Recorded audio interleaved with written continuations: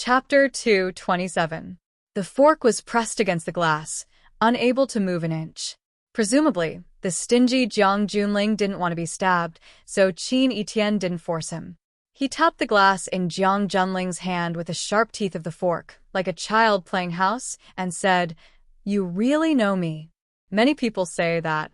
"We are bosom friends," Jiang Junling said. "If this counts as bosom friends, then there are so many bosom friends in the world for you. Isn't it tiring to use mathematics and logical reasoning to guess people's minds? What about you?" Jiang Junling looked at Qin Etienne calmly. "Words and deeds? Manners? If a person wants to understand another person, he has to look at the person's appearance, listen to the person's words, and observe the person's behavior. A decent appearance doesn't mean a decent person, but a fair way of doing things must be full of justice." Qin Etienne's little face was full of smiles, and he said, "You praised Fang Yan in front of me, which made me very happy. Jiang Junling, in fact, you are very good at making girls happy." "Yes, that's it. Praise the person she likes the most, and the thing she cares about the most." Jiang Junling acted as if he didn't hear Qin Etienne's nonsense, and he said, "The so-called mind reading is nothing more than thinking and deducing from these aspects to get the answer you want. The difference is that my method is more advanced than yours. Why try to understand everyone? That's the only way to cater to their interests," Jiang Junling said with a smile. "Or, in other words, to kill their weakness. That's why there are Xing-Yi masters like Bao Shi, working for you. The sparring is over, and the dust has settled. Mentioning him at this time is always something that will spoil my appetite," Jiang Junling said. "I supported him, but I couldn't even do such a simple thing well. Incompetence is also a kind of betrayal. This knife was stabbed in the most vital place.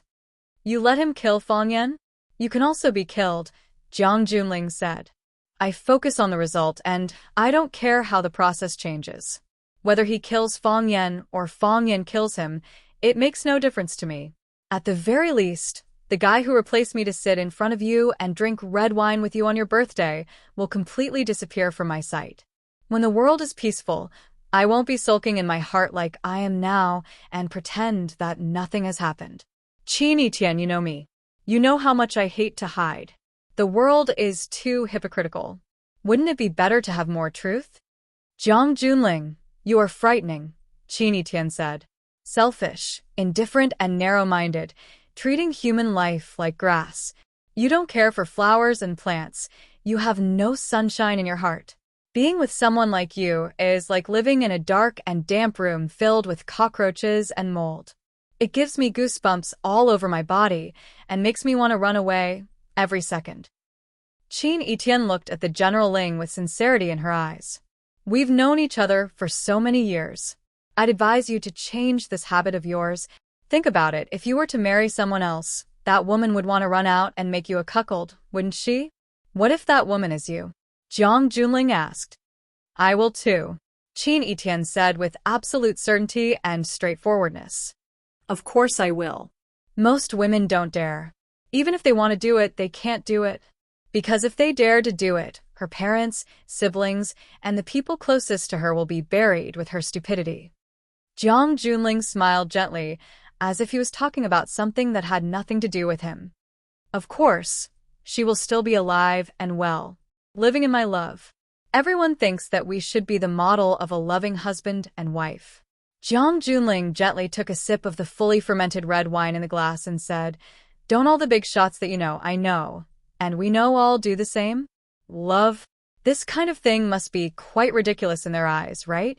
Li Shimin killed his brother, son, and daughter and still achieved the hegemony of an eternal emperor. So, for men it's good to see first, and then look at character. A king without character is always better than 10,000 hoodlums with character, isn't it? From a woman's point of view, she naturally wants a hoodlum with character, not a king without character," Qin Etienne retorted. Jiang Junling laughed and said, "Qin Etienne, why do you lie to yourself? You're not saying this from a woman's point of view. You're saying this from your own point of view.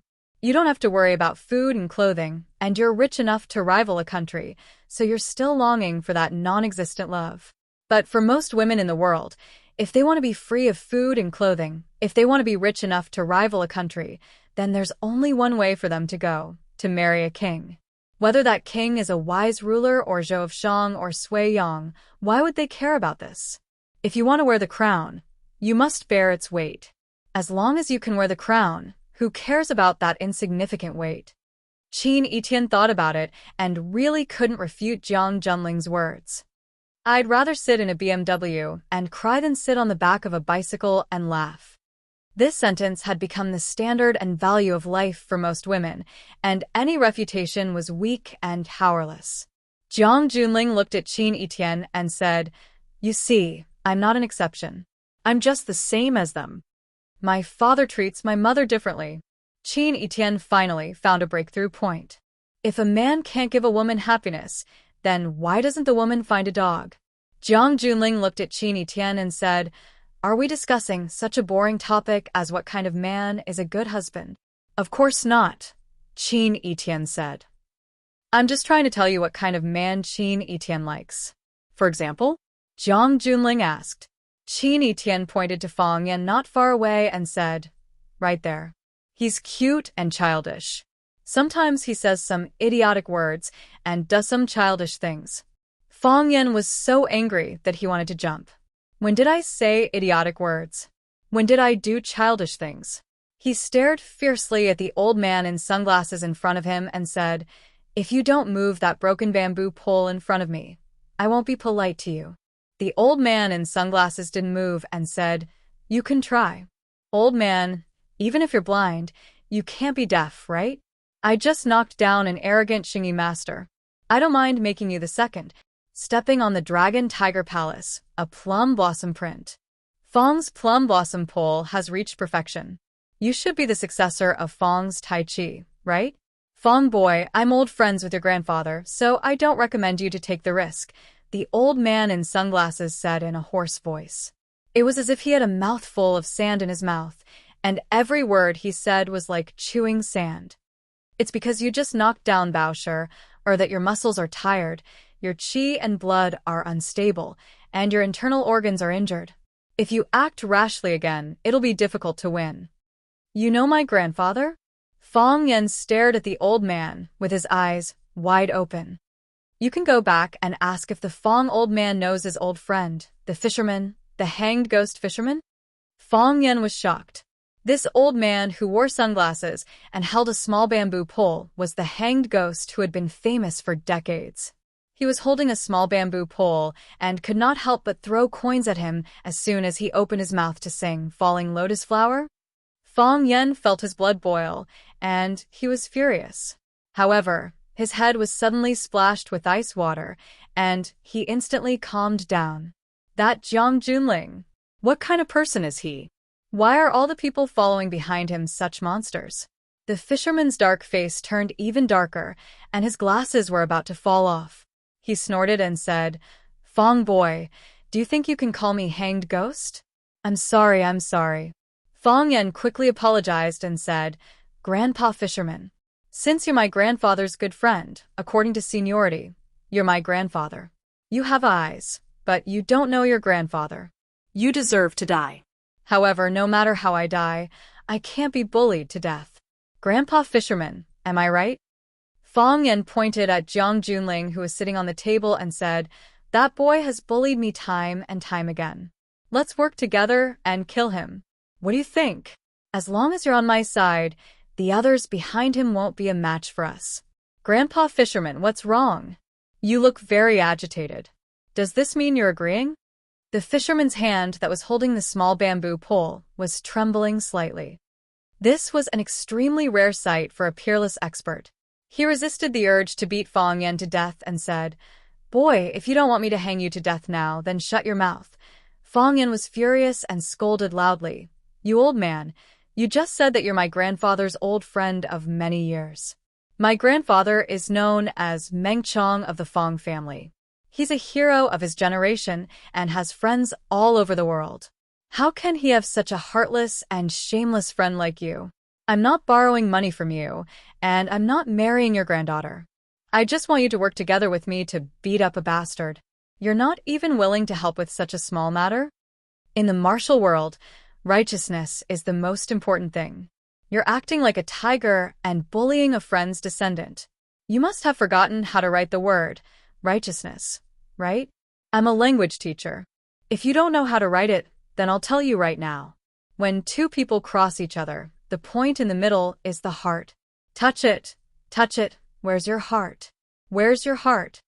The fisherman's hand trembled even more and he said, "Don't speak. Please don't speak again."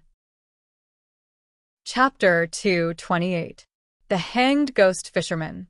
From his name, one could tell that he was a tranquil, gentle, cold, and patient ghost with the spirit of Jiang Taigong.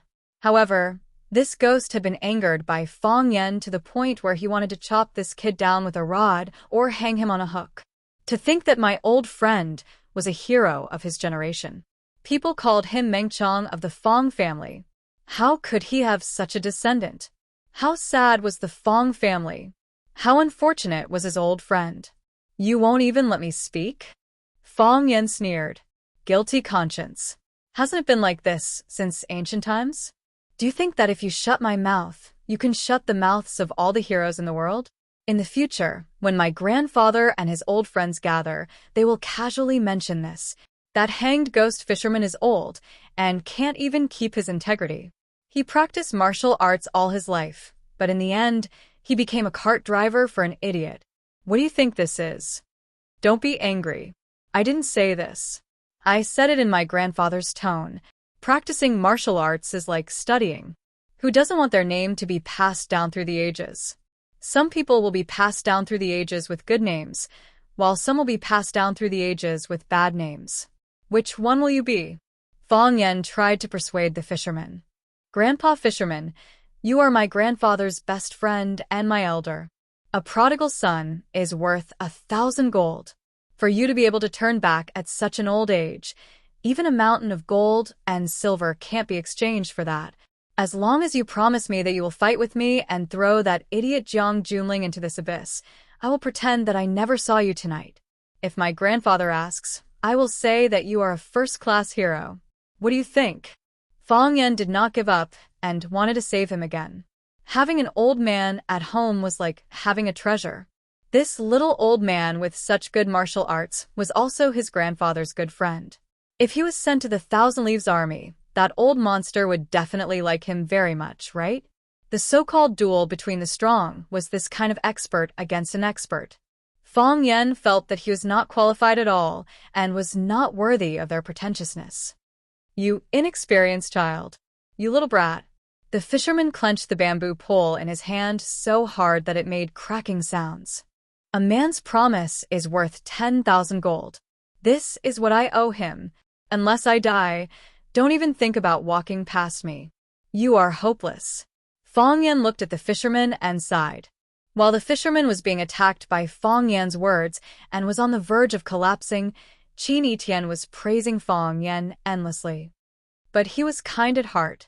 Every word he said came from his heart, and he strived to be fair and just in everything he did. Women had to take on two extremely important roles in their lives, wife and mother. When a woman married a man, regardless of whether she had children or not, she would immediately enter into these two roles. Which wife didn't want their husband to be humorous and funny, to say and do things that made her feel better? Which mother doesn't want their child to have a childlike heart, 20% kindness, 30% health, and 45% talent? He was knowledgeable and familiar with the classics. He was skilled, and even the Xingyi master Bao Shi was no match for him. He would bring his students to study in Keihe, and he would accompany his students to learn Alley in the Rain in the Alley in the Rain. He was gentle and refined, but also sharp and unkind. Jiang Junling's hand holding the glass trembled slightly. Did the kind of man she was talking about really exist in this world? He didn't know if such a man existed, but he knew that it was definitely not the guy behind him. He was despicable, and he held a long sword in his hand. Being despicable was a mockery of life and a carefree attitude. The sword was responsibility and protection, as well as hot-bloodedness and friendship. He could bend his body, but he could also stand tall.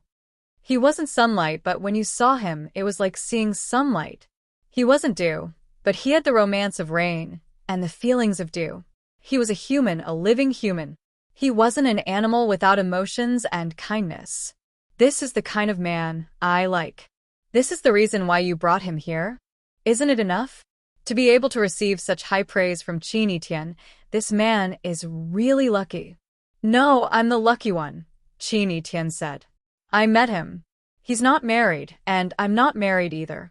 How lucky is this? Of course, I'm still working hard. I believe that he can't escape from the palm of my hand. It's a wonderful feeling to hear a little girl praise another man, Jiang Junling said. This must be the most uncomfortable thing in the world, right? No. Qin Etienne shook his head. There's something even more uncomfortable. What? Pa. There was a muffled sound under the table. Then, Jiang Junling's expression changed drastically. His calm and gentle expression finally disappeared. The skin and flesh on his face twisted together, almost turning into a wild chrysanthemum. Look, you're even more uncomfortable now than before, aren't you? Qin Etienne said with a chuckle. Jiang Junling's hand gripped the tablecloth tightly and said, I miscalculated. You wouldn't have done this kind of thing before. Of course. Qin Etienne said. I used to pay attention to my image. You all say that I'm a goddess, and I also think that I'm a goddess, so I have to maintain my goddess-like appearance. What about now? In this regard, I've always done very well. Qin Etienne said with a smile. It's just that gods can also be angry. It wasn't easy for me to trick my male god to accompany me for a meal, a glass of wine, and a chat while watching the sunset. In the end, you sent a bully to provoke me and sent a lackey to kill me. You ruined everything. I really want to slap you 100 or 200 times. No one has ever hit me. You're the first. Jiang Junling said. I've hit 80 idiots, if not 100. So, I don't think this is something to be proud of. Seeing that Jiang Junling's expression was not right, Lu Qingming and others quickly rushed over. Are you okay, young master? Lu Qingming asked with concern. Some people wanted to rush toward Qin Etienne, but Jiang Junling stopped them. I look forward to seeing you next time, Jiang Junling said. He pushed the chair away and stood up. Surrounded by a group of people, he walked toward the parking lot of the 10 Feet Abyss Hotel. However, his legs were tightly clamped and his walking posture was a bit weird. Lu Qingming helped to open the car door, while Jiang Junling sat in the back without saying a word. Lu Qingming thought about it and took the initiative to sit in the front passenger seat of the car. Bao Shi had already woken up when he was lifted up. He struggled to walk to the front of Jiang Junling. He covered his mouth and coughed violently, saying, I'm old, and my fists are slow. I broke in front of a young man, and I even made young master lose face. After this matter, I'll go back to my hometown. I really don't have the face to stay by young master's side anymore. Jiang Junling looked at Bao Shi with a smile and said, Mr. Bao, you did very well. It's better than I expected. Thank you, young master. Have a good rest, Jiang Junling said in a gentle voice. It seemed that the person who said, let me kill him, had nothing to do with him. As the car started to move, Jiang Junling looked out of the window and thought about something. There are still 19 days left, right? Jiang Junling asked. Young master, what do you mean 19 days left? Lu Qingming asked. He took over the job of entertaining a big shot from Yanjing like Jiang Junling, and it was Lu Shu who accompanied him in the past. Therefore, he didn't know much about Lu Shu's character, and he didn't have the opportunity to participate in many secret things. For the past few days, he had been watching and learning. However, he didn't know how to answer Jiang Junling's inexplicable question. Jiang Junling seemed to be in a good mood as he explained. Known as the Light of the North, the #1 swordsman in Japan, Chiba Bin, has issued a challenge to Fang Yan. There are 19 days left until the day of their duel. Lu Qingming's eyes lit up. So, young master wants Mr. Bao to challenge Fang Yan, messing up his state of mind, exhausting his body, hurting his internal organs. Mr. Bao has already buried a bomb in his body. When Fang Yan and Chiba Bin fight for their lives, this bomb will suddenly explode. How can I let Mr. Bao kill someone in public? Jiang Junling said. Of course, if Mr. Bao is killed, it's because he's not skilled enough. However, Fong Yan's happy life as a murderer will come to an end. Watching the sunrise and drinking good wine will be punished by heaven. What a pity, Lu Qingming said. Mr. Bao forced him, but he didn't kill him. So, he's smarter than I thought, Jiang Junling said. If he can escape from Chiba Bin's sword 19 days later, then he will be qualified to be my real opponent.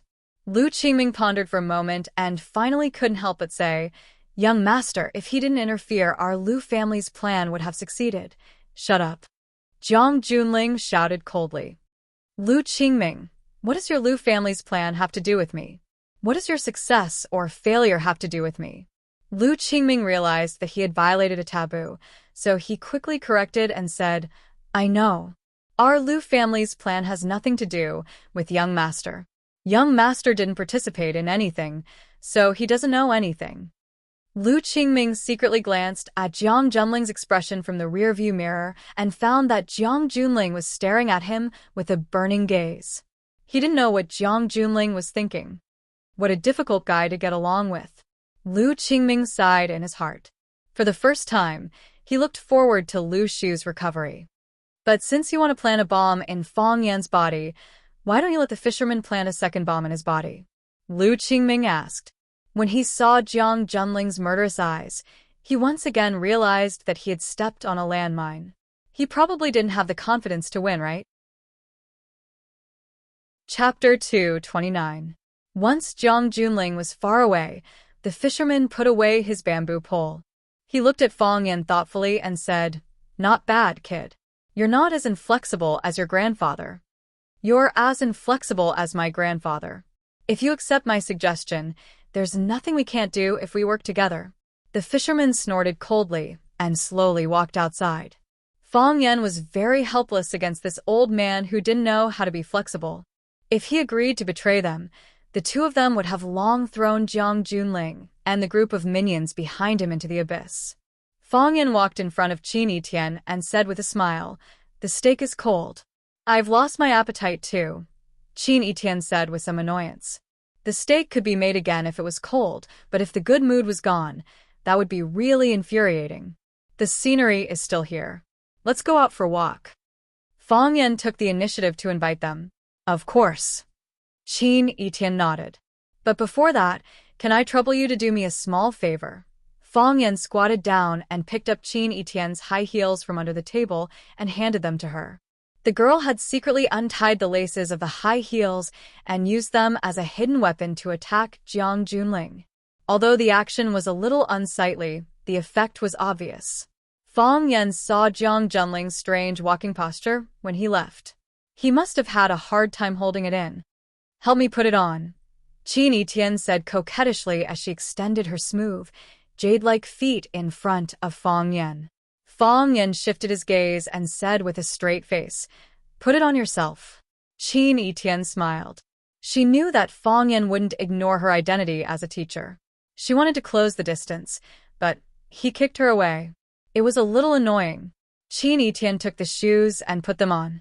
Looking at the messy restaurant in front of him, Qin Etienne beckoned Wu Yiwei over and said, Calculate how we should compensate you for your losses. Wu Yiwei thanked her gratefully and said, Miss Qin, you don't have to worry about this matter. When Mr. Zhang left, he told us to put all our losses on his account. I've brought you a lot of trouble today. Please forgive me. Although those guys were wretched, they still did their job well on the surface. Qin Etienne generously waved his hand and said, This matter has nothing to do with you. As the sun set in the west, the myriad rays of light in the sky had already converged, leaving behind only a patch of red that had not been wiped clean. Fong Yan and Qin Etienne walked side by side on the mountain path, stepping on the green grass and red flowers, facing the thin mist and cool breeze. It was quite comfortable. Qin Etienne didn't speak, and Fong Yan didn't want to either. Both of them had their own thoughts, and only the sound of their feet stepping on the grass could be heard. Some insects were disturbed by them, chirping and running away. What are you thinking about? Qin Etienne broke the silence and asked. I'm thinking about how many people are paying attention to the Battle of One Sword Peak in 19 days, Fang Yan said. It seems that this matter has been spread out maliciously. If you accept, then you may be killed by the Qinya army. If you refuse, the Fang family's reputation will be damaged, and the Fang family will be humiliated. It's quite difficult, Qin Etienne said. You see, even you know about this matter, so it's inevitable that those people with ulterior motives are adding fuel to the fire. Fang Yan smiled bitterly. What I'm worried about is that if everyone is like your old friend, General Ling, and brings 3 to 5 experts to challenge me, I'm afraid that I'll be beaten to death by them before the final battle even arrives. Qin Etienne smiled and said, At that time, I was really worried that you would hurt someone. You were worried that I would kill someone, weren't you? Fang Yan shook his head gently. I'm not as stupid as he thinks. Jiang Junling is very conceited and sinister. He appeared in the 10 feet abyss unintentionally, but he instantly thought of a way to put you in a dilemma. Whether it's Young Thug's provocation or Bao Shi's challenge, they're all foreshadowing the battle of One Sword Peak in 19 days. He's a very generous person, and Young Thug's provocation shouldn't be his doing. Lu Qingming is a member of the Lu family, and the young man who just replaced Lu Shu doesn't know you well enough, so it's reasonable for him to test you with a playboy. However, he pushed Dragon Master Bao Shi out to challenge you. That's his intention. The Southern Dragon and the Northern Phoenix. The Dragon and the Phoenix are the kings of the Xing-Yi sect, and they're worshipped by all the Xing-Yi disciples. How could they be defeated so easily? As a Grandmaster, he challenged a nameless kid like me, but he still held back his strength in the Battle of Honor. Why? Fang Yan sneered. He didn't want to kill anyone, and he didn't want to be Jiang Junling's scapegoat. That's why I'm handing the initiative to you. Qin Etienne smiled. They're both smart people. Isn't Jiang Junling disappointed? He should be a little disappointed, Qin Etienne said. He doesn't make a move easily, but he's never lost. He wants Young Thug to ruin my state of mind, and Dragon Master Bao Shi to exhaust my energy and strength. It would be best if Dragon Master Bao Shi killed me. Then, everything will be over. If I kill Bao Shi, it won't be over. In front of so many people, I'm afraid no one would dare to protect a murderer, right? Fang Yan looked at Qin Etienne and said, At that time, your Mr. Fang will become a murderer that everyone hates and fears. In my opinion, someone who can easily throw a punch is just a martial artist. However, a real martial artist is someone who knows when to pull back his fist. Qin Etienne looked at Fang Yan with bright eyes and said, I could hear their regret, but I was relieved at that moment. Fang Yan, you're different from others. But I was still tricked by Jiang Junling. Fang Yan shook his head with a bitter smile and said, Don't make me sound so great. I pulled back my fist because I was forced by the situation. After I defeated Bao Shi, Jiang Junling immediately restrained himself. He didn't let the fisherman fight because he was worried that if the fisherman couldn't defeat me, it wouldn't be easy for him to leave the 10 feet abyss. He would have to suffer some humiliation. What about you? Qin Etienne asked with interest. The fisherman blocked your way, but you didn't attack him. This is not like you. Do you think you can't win? Who knows if I can win before fighting? Fang Yan sighed softly. Jiang Junling has a strong army. After defeating Bao Shi, there will be a hanged ghost fisherman. After defeating the hanged ghost fisherman, does he have no other good cards? He can keep changing cards, but I only have one card in my hand. If I lose, I won't have a chance to start again, so I have to be careful. I'm not a loser, but I'm just a teacher. I can't compare to those rich young masters who have hundreds of millions of dollars in their hands. But he returned in defeat. I'm also holding my breath, Fang Yan said. So, you're saying that you're evenly matched this time? No, he won, Fang Yan said. Tai Chi is all about calmness. It's hard to have the heart of Tai Chi if the heart is not calm. It's hard to enter the state of Tai Chi if your Chi is not in harmony. After being tormented by him like that, how could I maintain my calm state? What's the most important thing to me right now? It's the Battle of Single Sword Peak in 19 days. I know it, and he knows it too. So, He brought me so much trouble with just a wave of his hand. I'm exhausted from dealing with it, and I have to find a way to calm my heart and chi. Say, why is that bastard so annoying? Qin Etienne felt guilty. I'm the one who dragged you down. If he hadn't dragged Fang Yan to the 10-feet abyss for a meal, he wouldn't have met Jiang Junling. If he hadn't met Jiang Junling, so many things wouldn't have happened and destroyed Fang Yan's inner peace. Fang Yan shook his head. How does Jiang Junling treat you? On the surface, he's close, but deep down, he's distant, Qin Etienne said. Perhaps he is estranged from everyone. Do you think that Jiang Junling attacked me because of you? Qin Etienne looked puzzled. He looked at Fang Yan and asked, Is there any other reason? I don't understand. Fang Yan shook his head and sighed. But I have a feeling that things aren't that simple.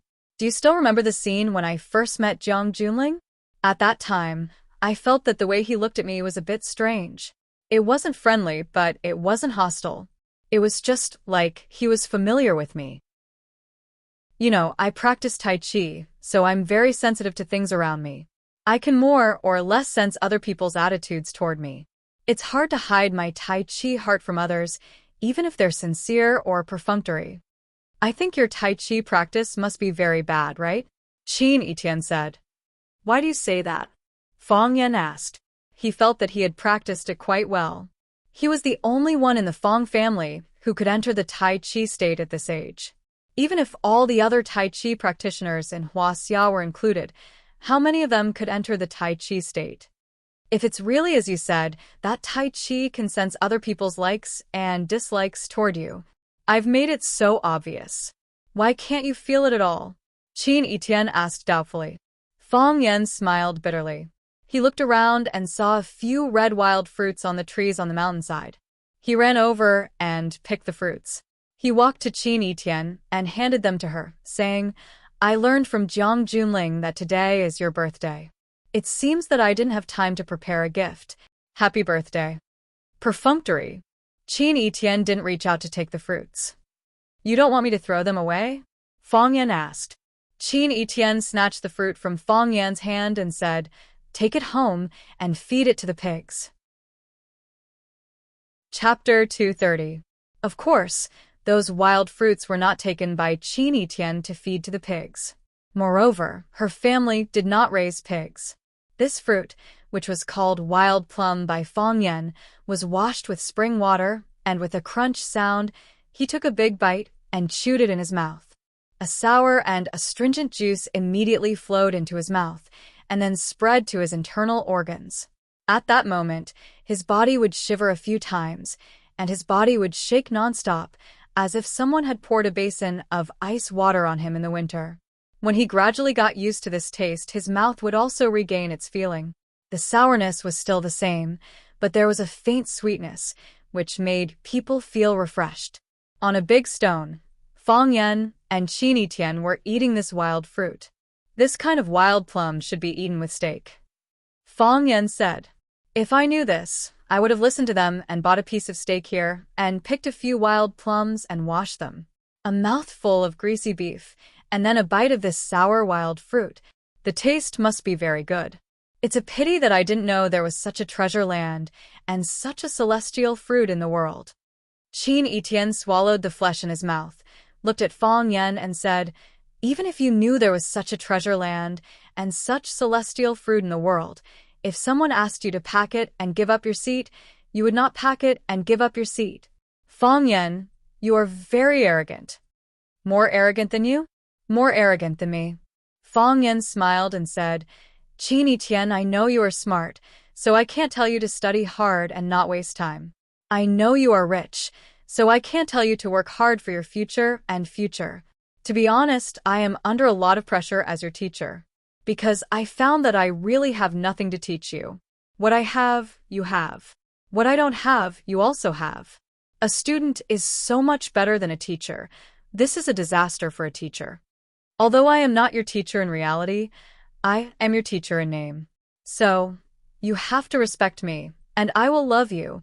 Teachers and students should be like this, and only like this. Do you understand what I mean? Fang Yan shook his head with a smile and said, You are so smart. You will definitely understand. Fang Yan felt that there were some things that he should make clear to Qin Etienne. Even if she was not a qualified teacher, Qin Etienne was not an ordinary student. However, a teacher was a teacher and a student was a student. From his standpoint, he would choose to keep a distance from these students. It was for this purpose that he agreed to accompany Qin Etienne for dinner. Qin Etienne stopped chewing. He threw the half-eaten wild plum into the canyon and walked to the stream to wash his hands. She squatted beside the pool and looked at Fang Yan, who was not far away. She asked, "Fang Yan, do you think I will listen to you?"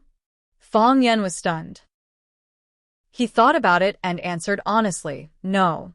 "Correct answer," Qin Etienne said. Fang Yan felt very helpless. All the words he had said just now were all for nothing. "Fang Yan, you have your excuses to run away. I have my reasons to persist." Qin Etienne easily resolved the dilemma that Fang Yan had put out. She had drawn a clear line between them and each other. In her eyes, this was not a big deal. "I know that my birthday is the most important day in a girl's eyes. Dragging you out to eat and chat has brought you a lot of pressure. You are worried that you will be attacked and criticized when the matter is exposed. You are afraid of the rumors of the world. You want to maintain your current state of mind and live a comfortable life. I can understand all of this. I don't want others to celebrate my birthday with me because I don't like the false flattery and the illusory luxury. I am tired when others are tired. Why make things difficult for others and myself? I don't want to celebrate my birthday alone. Although this day is no different from other days, I still hope that it can be a little different. I don't have any friends in Huacheng. You are the first person I thought of. I didn't tell you that today is my birthday because I don't want you to think about the age gap between us. I don't need you to give me a gift. You coming to celebrate my birthday with me is already the best gift. Saying so much is really affecting my goddess image. But I want to tell you that I am happy and I have no regrets. Please enjoy it." The next sentence made Fang Yan jump in anger. He wanted to jump off the big rock he was sitting on and die. Qin Etienne glanced at Fang Yan lightly and said, "Because objection is invalid." This was Qin Etienne. No one could change what she had decided. You could say that she was stubborn, unruly, or even that she didn't know how to love herself and didn't care about others' feelings. But she was Qin Etienne.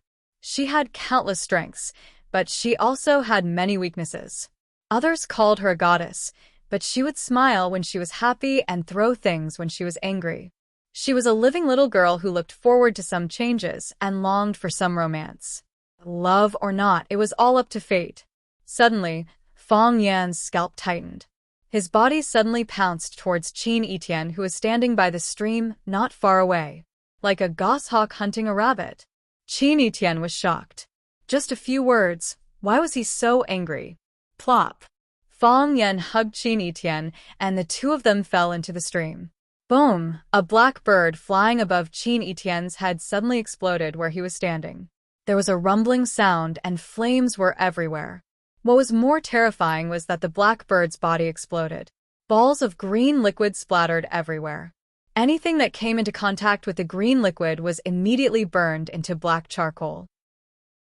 From this, it could be seen how shocking the destructive power of the poison was. If Fang Yan hadn't pushed Qin Etienne away in time, the charming Qin Etienne would have been roasted into a small piece of charred bone. Fang Yan and Qin Etienne's bodies sank to the bottom of the stream. A few seconds after the explosion sounded, they floated up from the water. After looking around and finding no danger, he pulled Qin Etienne up from the bottom of the water. Qin Etienne was pushed into the stream by Fang Yan without any defense. Moreover, his back was facing the ground. His mouth and nose were continuously swallowed several mouthfuls of water. After being pulled up, he began to cough violently. The clothes on her body were wet, and it was even more crowded around her exquisite body. There were also a few parts of her body exposed. Fang Yan quickly looked away. He took off his coat, unscrewed the water inside, and draped it over Qin Etienne's shoulders. He looked at the blackened grass and stones, and then at the few balls of green liquid floating on the water. He couldn't help but feel a little scared. If the liquid had passed through the water and dripped onto the two of them, Wouldn't the consequences be disastrous? They should have a backup plan, Fang Yan said. He grabbed Qin Etienne's arm and said, "Let's go back to the Zhang Yuan restaurant." The nearest building was the Zhang Yuan restaurant. There were many people there, and presumably, the killers wouldn't dare to be too unscrupulous.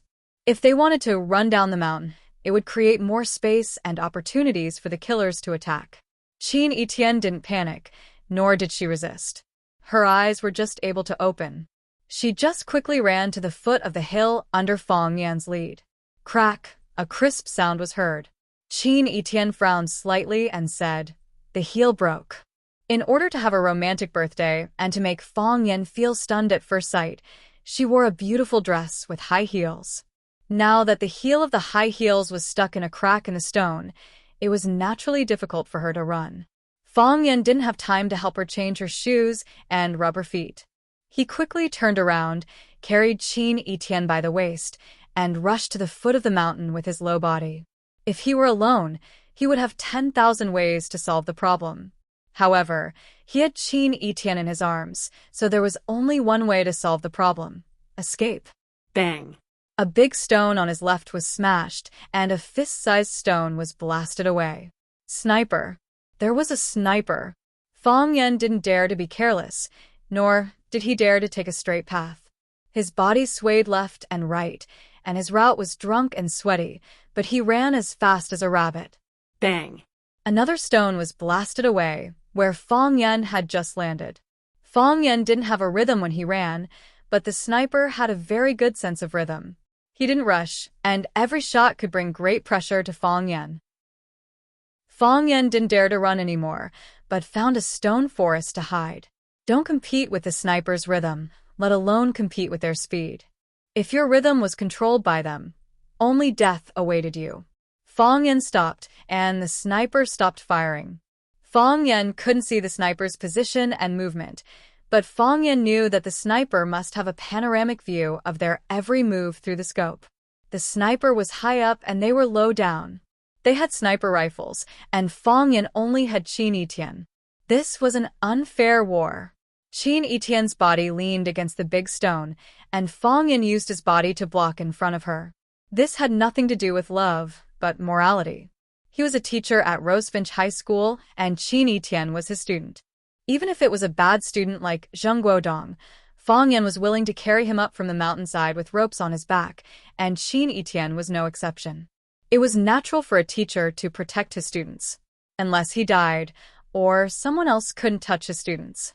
No matter what the purpose of those people was, and in what name. Qin Etienne breathed like orchids, and stared at Fang Yan's thin-side face with burning eyes. "What are you looking at?" Fang Yan asked. He was very uncomfortable by the girl's bold eyes. While his whole body was alert, he couldn't help but ask. "You are a hero, and I am a beauty. Even if we die today, others will say that we are a match made in heaven," Qin Etienne said with a smile. "I want to hear others praise me like that." Chapter 231. In the eyes of outsiders, Qin Etienne was a goddess, but in Qin Etienne's eyes, Qin Etienne was a woman. In Fang Yan's eyes, Qin Etienne was a crazy woman. The biological bomb that had turned into a wild bird was brutally bombarded. The mysterious sniper was fatally locked down. There was a tiger behind them, and there was a wolf in front of them. If they were not careful, they could lose their lives here. She didn't look for a way to escape, but looked forward to being praised. After being pushed into a stream and drinking a few mouthfuls of muddy water, her IQ had dropped to this level. "Make a call. Call the police," Fang Yan said in a deep voice. He tore his jacket off Qin Etienne's shoulders and threw it at a spot where the boulder couldn't cover. Bang! Before the coat could fall to the ground, it was pierced by a bullet. What was even more frightening was that the force of the bullet was too great. His drenched clothes were like a jumping rabbit as he was sent flying a few steps away by the bullet before falling to the ground with a thud. They were still locked down by the sniper rifle. The sniper didn't move casually. He was still in his original position, patiently waiting for his prey to jump out. In other words, the slightest carelessness could lead to a headshot. After confirming that the sniper didn't move, Fang Yan was relieved. Although a sniper rifle was powerful, it was a long-range attack weapon. If he hid behind the big rock and didn't show his head, could his sniper rifle penetrate the big rock that was taller than a person? One side was the victim, and the other side was the attacker. The longer it took, the more advantageous it would be for Fong Yen and the others. Those guys were all vampires hiding in dark corners. Although they were extremely dangerous, they couldn't see the light of day.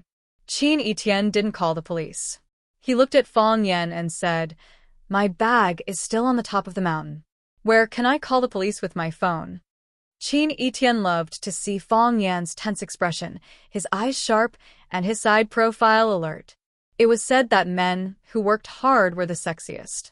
Qin Etienne felt that men who show their brave, strong, and responsible side in life and death situations were the most fatal charm to women. Even in such a difficult environment, Qin Etienne did not feel much danger, because Fong Yen gave her an extraordinary sense of security. Which woman doesn't lack a sense of security? Even if she was a goddess. Athena still had Saint Seiya behind her. She believed that Fong Yen would be able to solve these problems. They were like chickens and dogs that could not withstand a single blow. Only now did Fong Yen remember that when he and Qin Etienne were sitting on a big rock at the top of the mountain and eating wild plums, Qin Etienne's handbag was placed on the grass. Later, Qin Etienne walked to the stream to wash his hands, and then he pushed her into the water. After he scooped her up, he immediately ran down the mountain. How could he care about her handbag? Fong Yen reached into his trouser pocket, and his cell phone was gone. Obviously, when he pushed Qin Etienne into the stream, the cell phone had sunk to the bottom of the water. Without a cell phone and communication device, he could only wait for outside rescue. Fong Yen did not look at Qin Etienne's face. Now he had more important things to do. He said, "Where is your bodyguard?" "The little old man who often comes to pick you up in a luxury car. I can see that he is a master." "He didn't follow me out," Qin Etienne said. "As long as he is with you, he will automatically avoid you. He also thinks that you are good at martial arts and that you can protect me." What a beautiful misunderstanding. Fong Yen smiled bitterly. If he had a bodyguard like the little old man, he would take him wherever he went.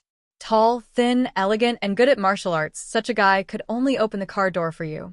Could he be compared with those guys who drove Ferrari sports cars? No matter which bar or which barbecue stall he went to, he could be an invincible existence. Why was Jiang Junling so arrogant? Wasn't it because he had several such little old men as bodyguards?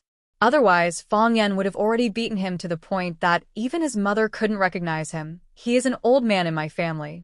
He watched me grow up. I have worked hard to pursue a man and I haven't succeeded yet.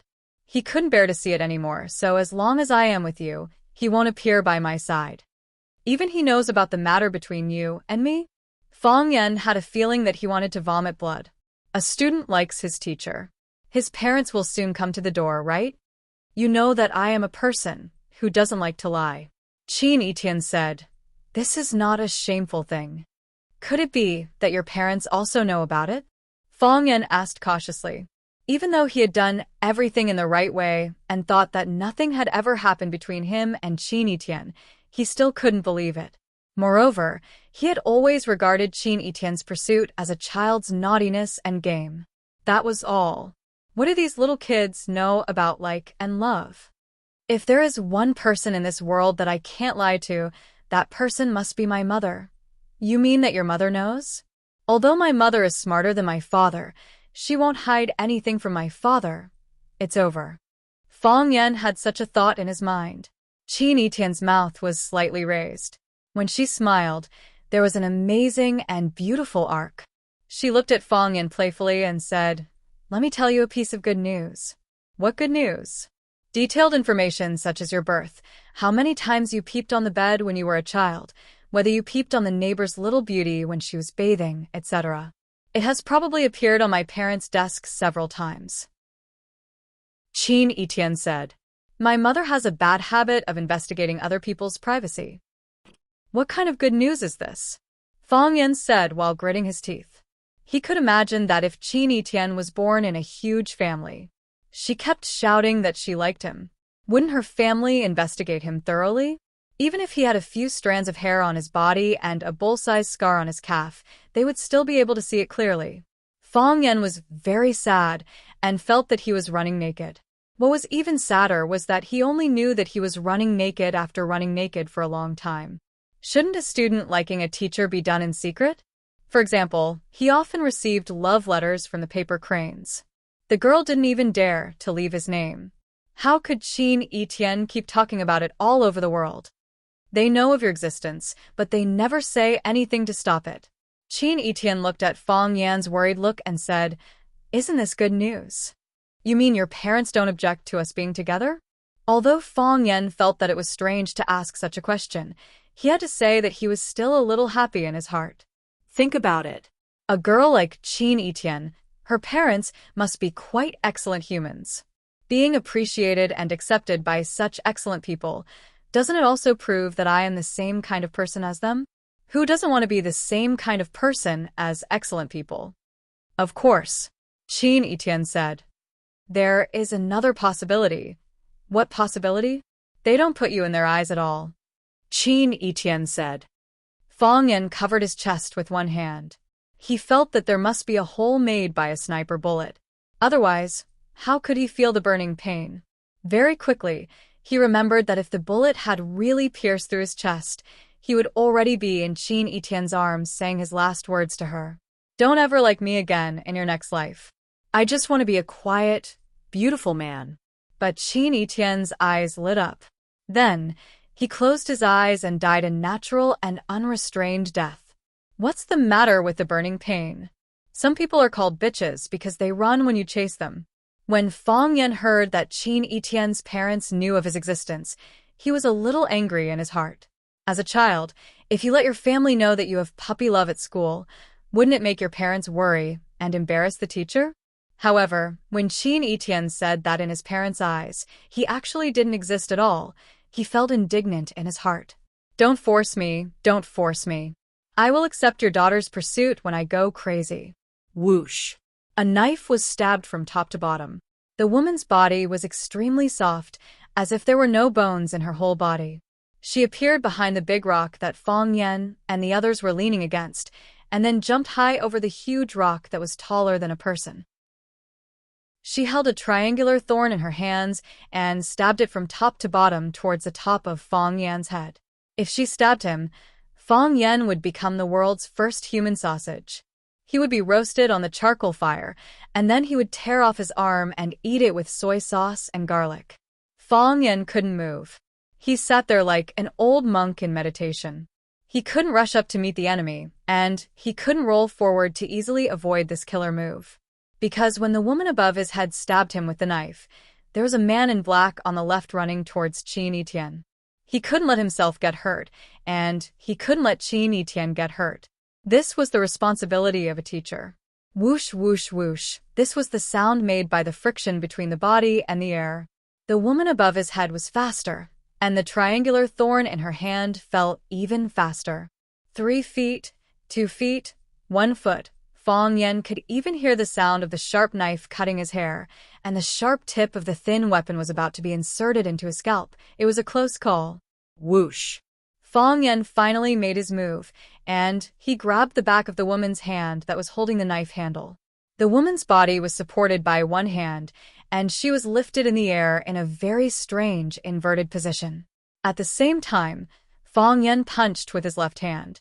The man in black who tried to grab Qin Etienne from the side had just reached out his hand, and Fang Yan punched him.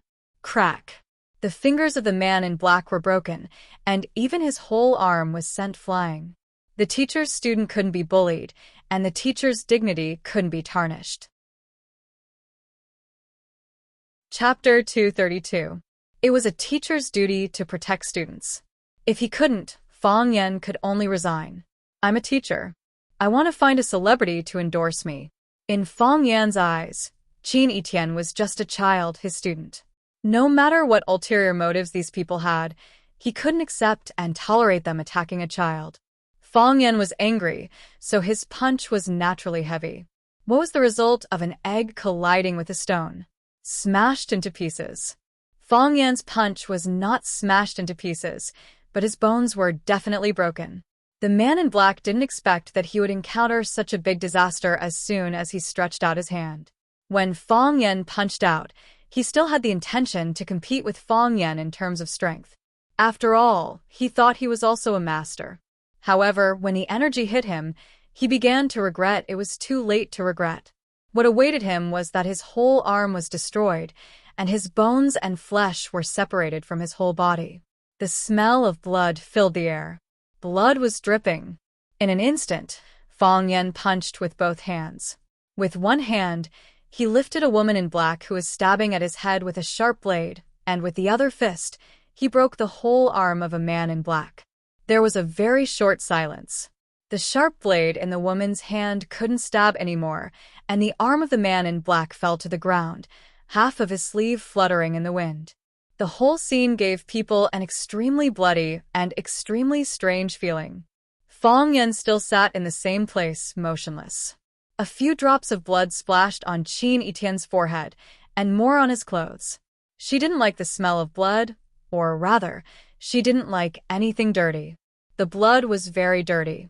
She looked at the woman in black in Fang Yan's hand, picked up a big stone, and smashed it at her head. Puff. The woman suddenly opened her mouth, and a white hidden weapon flew toward Fang Yan's face. Fang Yan carried Qin Etienne and dodged to the side. The hidden weapon hit the stone on the ground and exploded. It was a tooth bomb. After the tooth bomb exploded, the green liquid flowed out again. Although it was only a little bit, it still burned a hole in a large rock. It was conceivable that if Fang Yan could not dodge in time and was hit by this tooth, his face would be completely ruined. He would never be able to be an idol teacher again, right? Fang Yan was enraged. Who were these assassins? Why did the things he casually threw out have such destructive power? Fang Yan loosened his grip, and the woman in black finally regained her freedom. With one hand holding the dagger, he stabbed at Fang Yan's back, which was on top of Qin Etienne. With the other hand, he took out a small silver-copper ball from his pocket. Whoosh. The steel ball left his hand and flew toward Fang Yan's next landing spot with a whistling sound. This woman was too hateful. She chased people from behind with a knife and stabbed them, but she used a firearm to block the way of others. She would not stop until she was dead. Although he did not know what the silver ball was, and Fang Yan did not even have time to look at it, he only knew that something was blocking in front of him based on the sound of the wind. According to the experience of the woman in black's continuous attacks, it must not be a good thing. The way forward was blocked. Fang Yan could only hold Qin Etienne and fall back. He just wanted to stay away from the green liquid that could explode and spray out strong corrosive green liquid. Qin Etienne was a national beauty, and he was also incomparably handsome. If such an outstanding young man and woman were destroyed, even the heavens would not forgive them. Fang Yan held Qin Etienne with one hand and grabbed the triangular dagger in the woman's hand with the other. It looked like a military knife, but it was slender and sharper. Or rather, it was an extended version of a military knife. Bang. The silver copper ball thrown by the woman in black landed on the ground and spun crazily, like a top. The mechanism inside sounded, and the dazzling light flashed. It turned out to be a flash bomb. Fang Yan quickly closed his eyes to avoid being hurt by the strong light. Qin Etienne was smarter. He had already closed his eyes and was obediently held by Fang Yan's arm with one hand, courting death. The woman's eyes were slightly cold, and she cursed. Grabbing a knife with bare hands, did he think he was an immortal? Since you don't know what's good for you, then I will cut off your hand. Just like how you broke my teammate's arm with one punch, bang. Caught. The woman in black didn't know what happened, and the stabbing blood in her hand was already in Fang Yan's hand. She didn't see how Fang Yan avoided her attack, and she didn't see how she grabbed the knife. She just felt a pain in her wrist, and then the stabbing blood in her hand disappeared. Yes, she called this thing stabbing blood. Stabbing blood didn't make anyone bleed, but became someone else's weapon. The woman in black felt humiliated and rushed to Fang Yan even more crazily. Fang Yan didn't hesitate. What's yours is mine. Although Tai Chi palm, Tai Chi finger, and Tai Chi sword could hurt people, but now that he had such a sharp weapon in his hand, He didn't mind using it to stab the woman's chest or throat. Crack. Strange things happened. The stabbing blood in Fong Yan's hand suddenly grew 8 claws, like an octopus, and wrapped Fong Yan's wrist. In other words, now the stabbing blood became a part of Fong Yan's palm. Unless there was a key to open it, or he cut off his arm, or it was difficult to separate it from his body. The woman quickly dodged, and then avoided a head-on fight with Fong Yan. She stood on the side and stared at Fong Yan with sarcasm. Fong Yan also stopped his attack. Because he didn't know what was on his hand, he didn't know what would happen to him. This is stabbing blood. I gave it a nickname, Octopus. The woman in black said with a dark face. This was a very ordinary, and even ugly woman. Her body was thin, and the places that should be protruding were not protruding, and the places that should be perky were not perky. Triangular eyes, yellow eyebrows, and a dark face. She was quite conspicuous in the crowd. Ugly and conspicuous. It was precisely because of her unique physique that her speed was amazing. Her reaction was quick, and her IQ was not low. If she didn't go crazy at the moment after the stabbing blood was taken away, and more ferociously rushed to Fong Yan wouldn't have thought of grabbing her stabbing blood to let her bleed. Her attacks came one after another, and she didn't give people a chance to breathe. Moreover, he had used some tricks during the attack. Most of the time, bad people were smart people because doing evil was the most test of intelligence. Killers were even more so. I fell into a trap. Fong Yan regretted it so much that his intestines turned green. Why was his hand so cheap? Why did he grab the blade with his bare hands? Others used the blade to show off, to look good, and to strike down the arrogance of the enemy. Why was it that after he stabbed himself with a knife, the knife didn't help him, but instead backstabbed him? Don't try to take it off, unless you are willing to cut off half of your arm. Also, from now on, whatever I say, you have to do. The woman in black pointed to an electronic wristwatch on her wrist and said, Octopus is a bomb, and the button is in my hand. You don't have to believe it, but I don't mind blowing you up. Fong Yan almost jumped up. He stared at the woman in black angrily and said, It's just killing a person. Is there a need to be so troublesome? This is the style of our arsenal. The woman sneered again and again. I know you have good skills, but now is the era of high technology. Fists are no longer omnipotent. Arsenal? Fong Yan thought about it again and again, but he still didn't know what kind of organization this was. Could it be that this was a new killer organization? The name Arsenal was indeed in line with their style of doing things. Whether it was the remote control wild bird, the poison Fong bomb in the mouth, the silver ball of light, or the octopus on her wrist, every one of them was extremely exquisite and powerful, making it impossible to guard against. Fong Yan put Qin Etienne on the ground. Even if this thing accidentally exploded, he didn't want to hurt his student. Qin Etienne looked at the octopus on Fong Yan's wrist and frowned. She stretched out her jade-like wrist and looked at the woman in black and said, You're looking for me, right? Put that thing in my hand, or a locket or something. Let him go. The woman in black sneered and said, Miss Qin really lives up to her reputation. Sacrificing yourself to save others is extremely stupid. Since he is involved and knows the secret of our arsenal, do you think he has a chance to live? Fong Yan felt wronged and said, I didn't want to hear it. You said it yourself. This woman was too hateful. She didn't keep her mouth shut. She told you about the existence of the arsenal, and now she blamed you for knowing too many secrets. How could you bully an honest person like this? The man in black whose arm was punched off by Fong Yan also came over and took out a bottle of red liquid from his pocket. He raised his head and drank it. The blood flow from the broken part of his shoulder slowed down a lot. Before he took the medicine, the blood spurted out like a fountain. He then took out a small spray bottle from his pocket and sprayed it on the wound a few times. The blood was completely stopped. Fong Yan was a little envious. Fighting and killing were inevitable in Jianghu. The last time Bailey Liu came, he was beaten like a dog and ran away. He was definitely injured. If he could get such medicine to treat his injuries, the danger would be reduced and his fighting strength would be higher. The man stared at Fong Yan viciously and spoke as if he wanted to tear Fong Yan into pieces. He said, You have been captured. He pulled out a modified Desert Eagle from his waist and pressed the muzzle against Fong Yan's head. Unfortunately, you are not qualified to be a hostage. Chapter 233. Unfortunately, you're not qualified to be a hostage. Fong Yan felt that he had been insulted. You can insult me all you want. Fong Yan was often insulted, and it wasn't a big deal to him. But it's not good to kill someone after insulting him, isn't it? Maybe it was because of the deep hatred of Fong Yan for destroying his arm, or maybe the man in black was a cruel and murderous person. He pointed the gun at Fong Yan's head and was about to pull the trigger. Deagle, you're crazy. The woman in black used her palm to block the muzzle and said, You can't kill him. Deagle was furious. With red eyes, he roared, Why can't I kill him? We want someone from the Qin family. This guy is insignificant. His death isn't even within our scope. Fong Yan was very angry. How was he insignificant? As long as he nodded, he would be the son-in-law of the Qin family.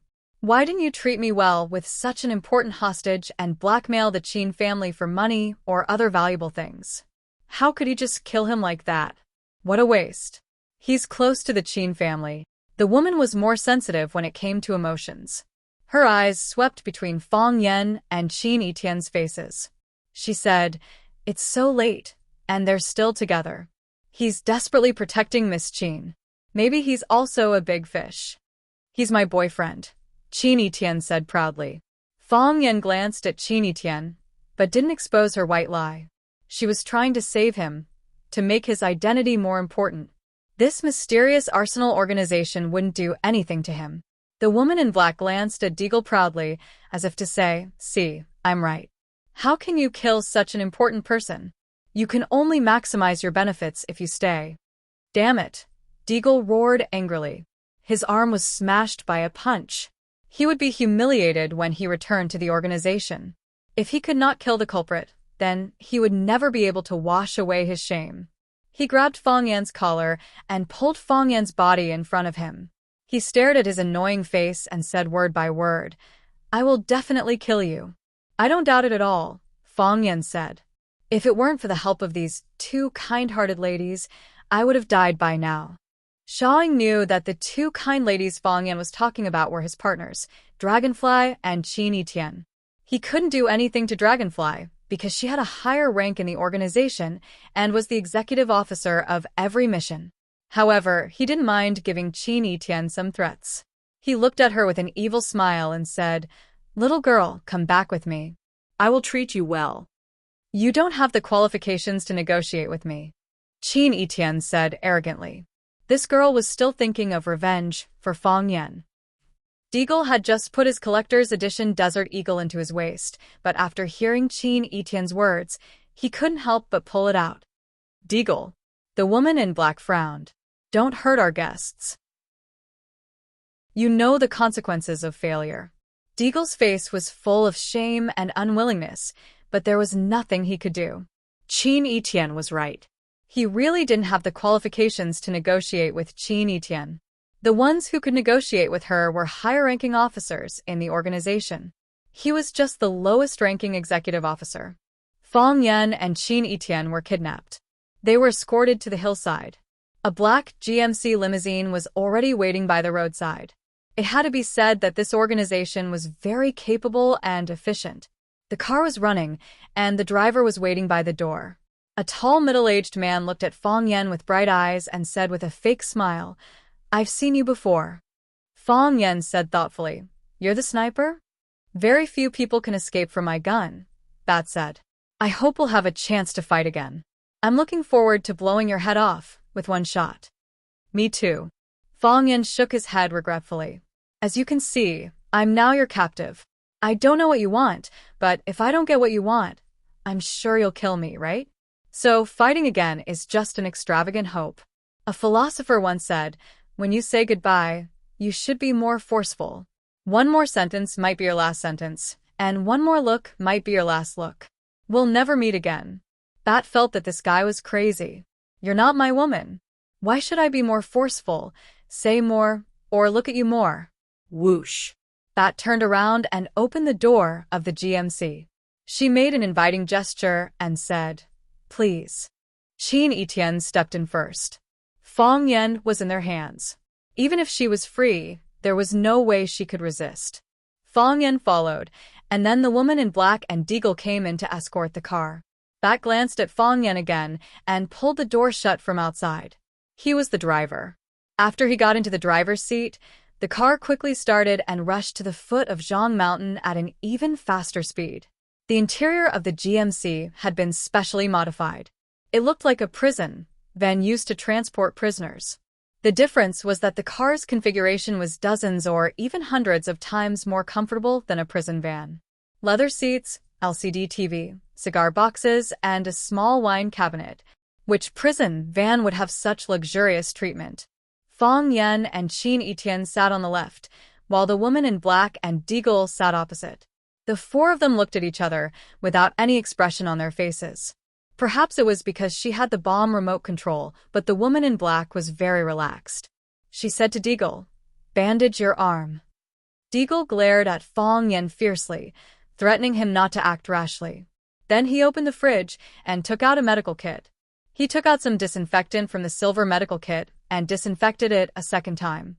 After spraying the medicine, he wrapped the broken arm tightly with a sticky gauze. He did it like he was used to it, as if his arm was broken dozens of times a day. There was no sign of pain on his face, as if the arm didn't grow out of his body. Even Fang Yan felt sorry for him. These people were probably like machines, right? Qin Etienne looked at the woman in black calmly.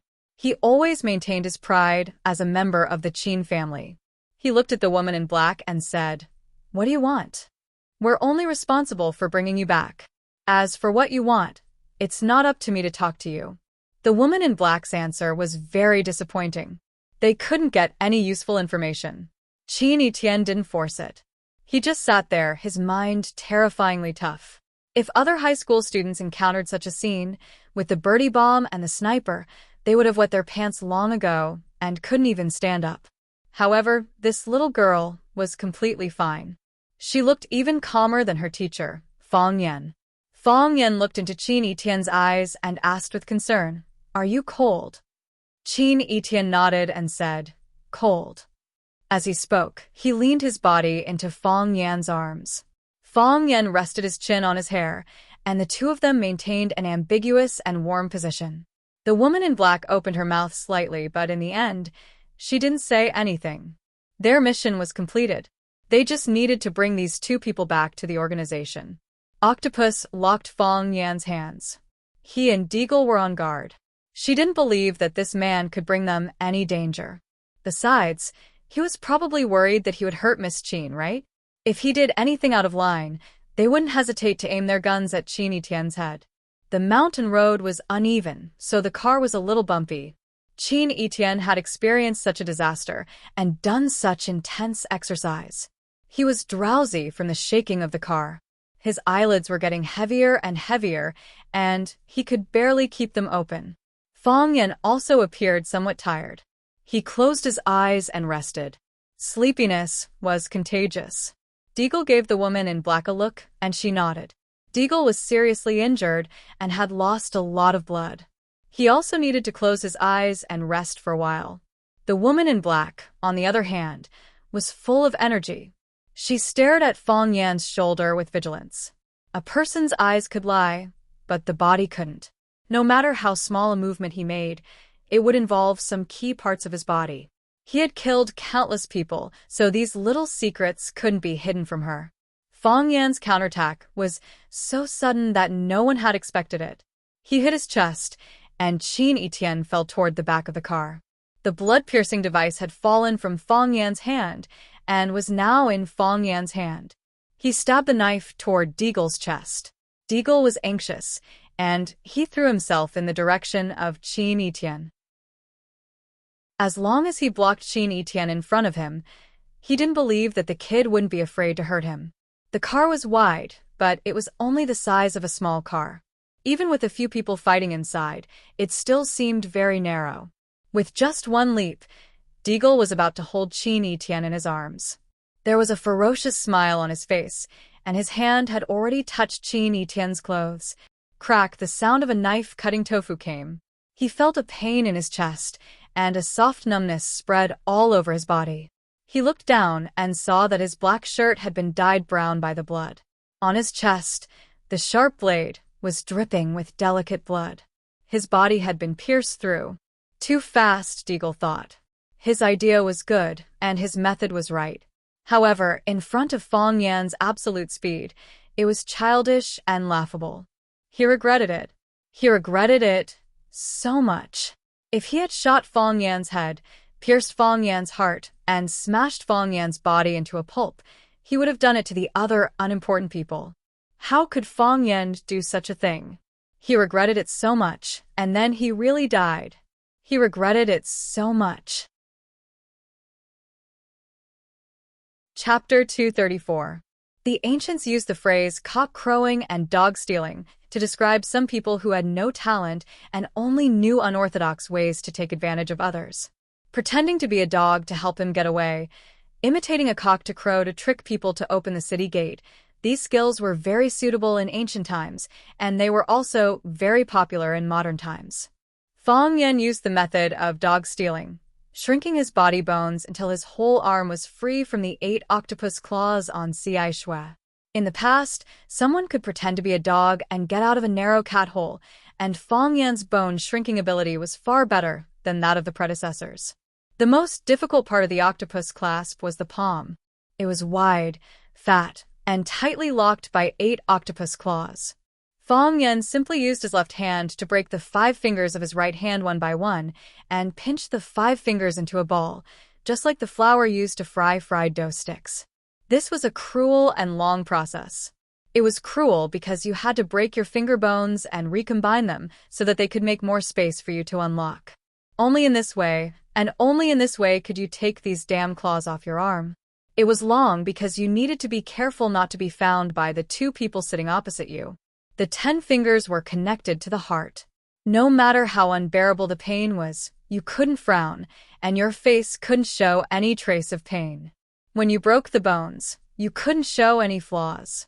After the Ci Shui was taken out, you still couldn't show any flaws.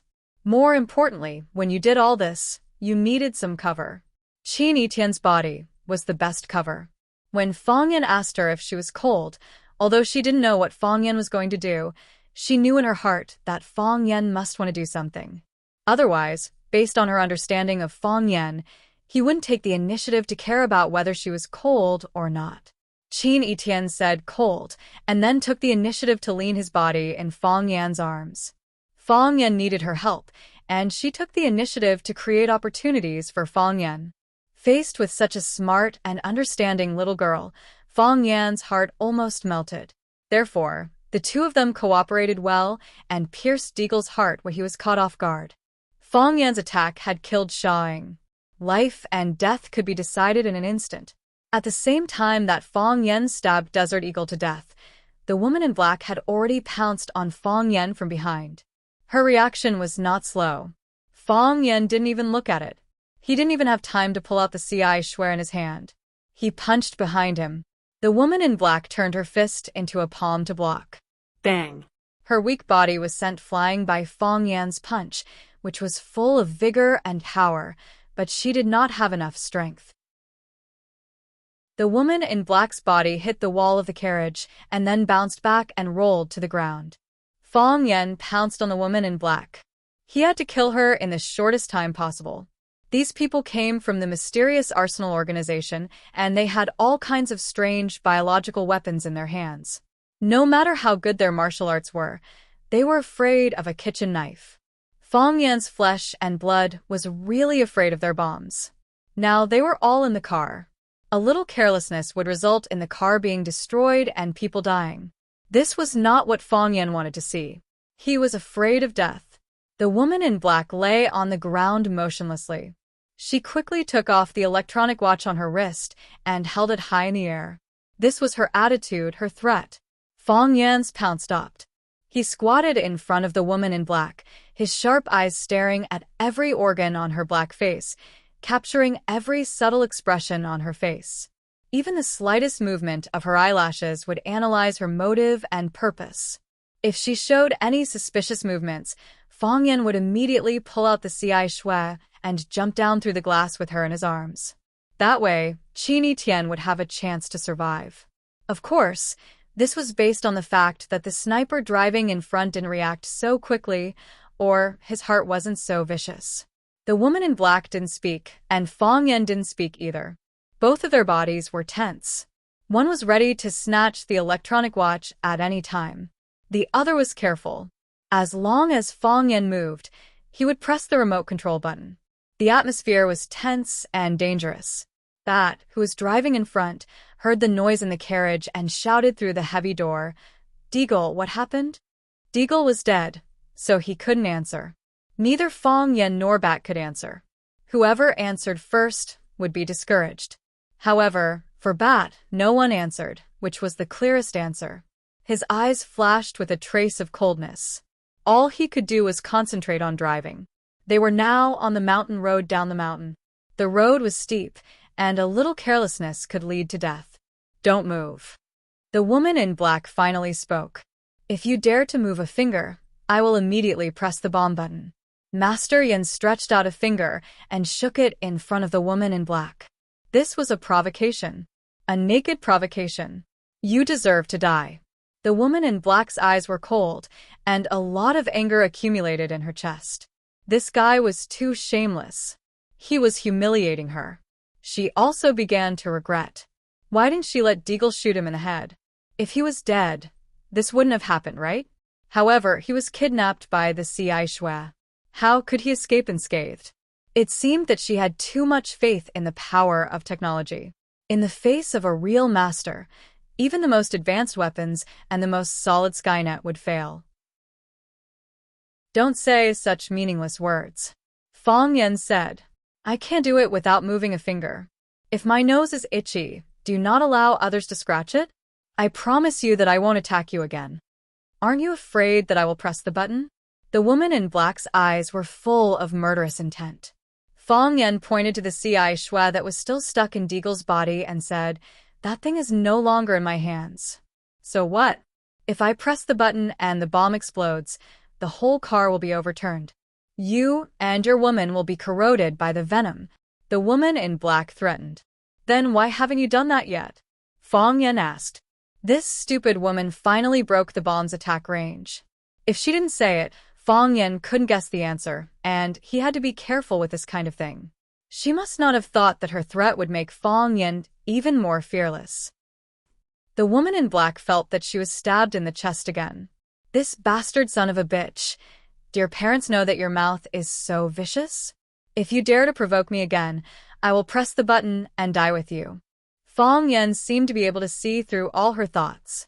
He waved his hand and said, "Don't tell me that you have gone through the cruel training of the organization and have long disregarded life and death, or that you are deeply grateful to the organization and are willing to die for the organization. I don't believe such bullshit. If you can live, who would want to die? I guess you don't want to, right? People who risk their lives to kill are also the people who are most afraid of death, because they are afraid that they can't kill others but won't be killed.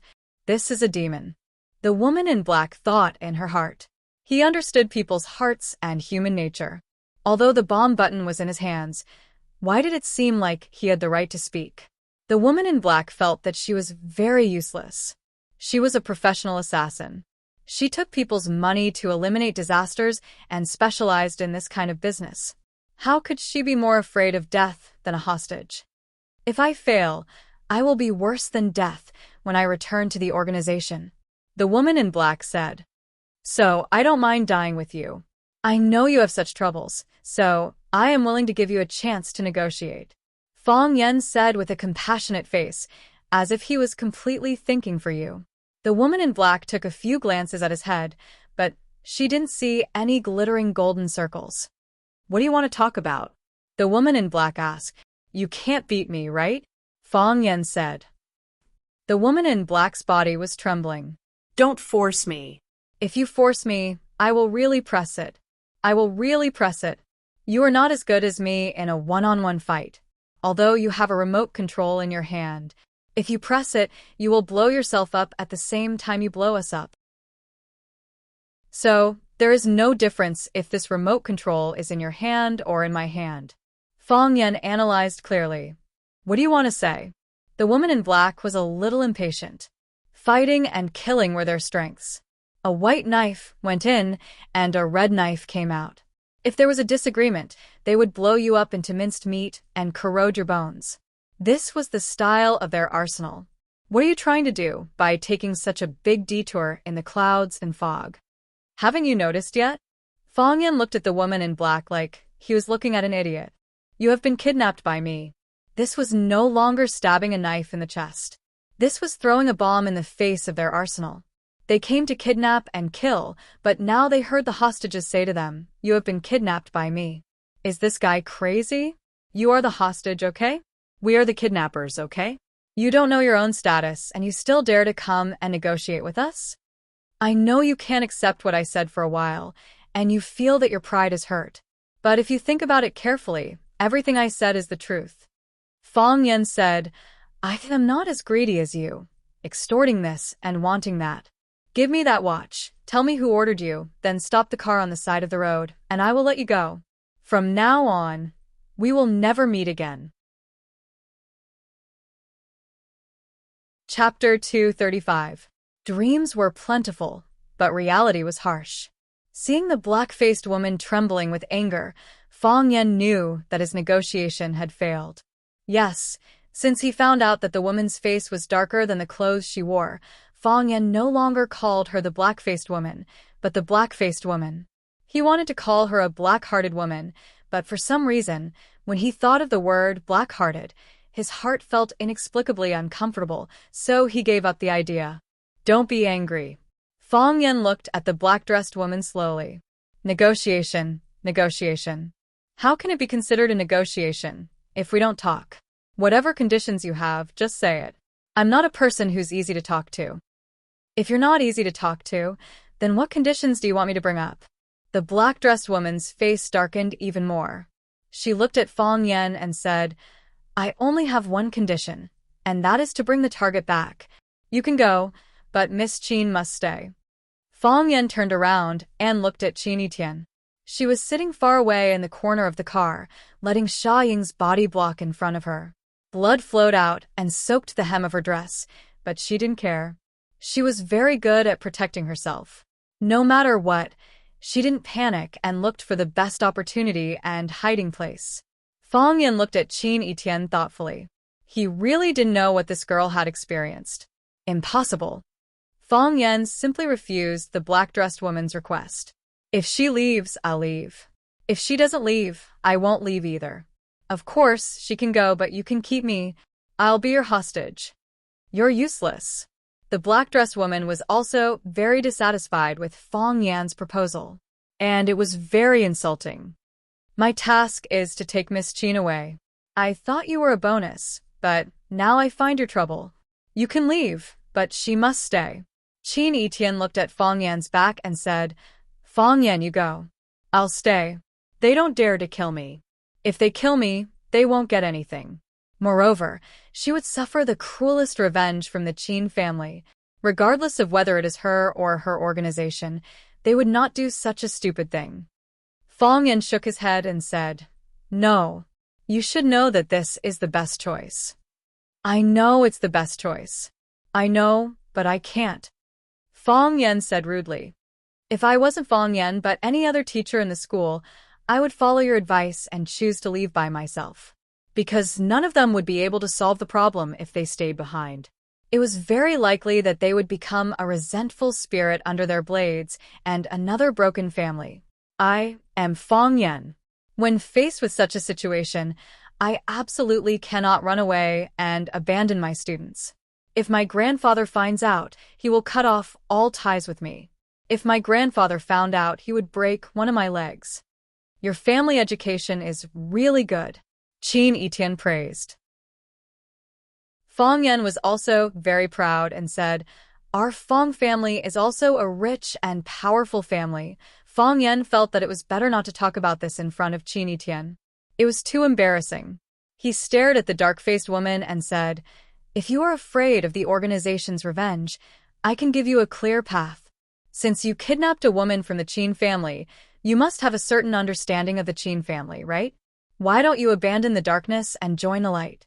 Let's send Miss Qin safely back to the Qin family. I believe the Qin family's reward is enough for you to enjoy for the rest of your life, and I can also take advantage of it. What do you think? After failing to instigate the ghost fisherman, Fang Yan had been unwilling to accept it. He stood on the side of justice, and the conditions he proposed were so generous. Why didn't those guys want to turn over a new leaf? He had read many novels where the male protagonists in other novels would immediately turn over a new leaf when they encountered a villain. They would curse and shout that they wanted to be the male protagonist's lackey, but they couldn't be beaten or scolded away. They would shelter from the sun when it was sunny, hold an umbrella when it was raining, and play the flute when the enemy came. Most importantly, they wouldn't betray and ask for money. Fang Yan felt that he was a failure as a person. So, as long as there was a chance, he would try to improve his personal charm. I've lost my patience with you. The woman in black took out a silver ball from her waist and threw it at him. When Fang Yan saw it, he kicked the ball back. Then, he turned around and pounced on Qin Etienne. He used his own body to cover Qin Etienne from head to toe. Bang! The ball was thrown on the ground, but it didn't explode. Also did not have the intense let people open their eyes to the light circle. This is a pair of handcuffs. The woman in black's eyes flashed with ridicule. Open it, then lock your arms properly. Otherwise, I will press the button. Just like you said, I'm not afraid of death. But if the mission fails, death is the best ending. Fang Yan could see that this woman was serious. If he didn't do as she said, she would really press the button and blow herself and the whole car up. Then, their bodies would be corroded by the green liquid into a pool of charred black residue. 3. The woman in black began to count. I'll handcuff. Fang Yan said hurriedly. He could count for others, but he hated it when others counted for him. This made him feel that he didn't have much time left, as if he could die at any time. Fang Yan picked up the ball and pressed a red button on it. The ball immediately stretched out and turned into a shining silver handcuff. Fang Yan didn't know what material this handcuff was made of, but he knew that if he wore this thing, even the bone-shrinking skill wouldn't be able to save him. Clang!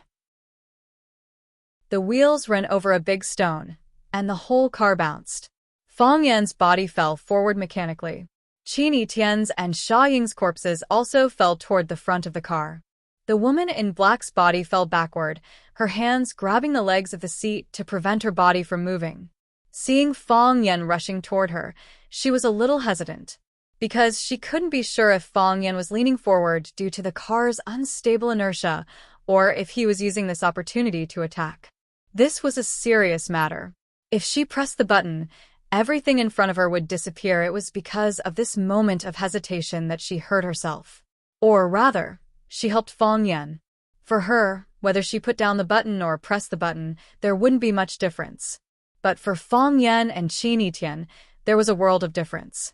Perhaps for others, she couldn't do anything in less than a second of hesitation. It was just a blink of an eye or a fart.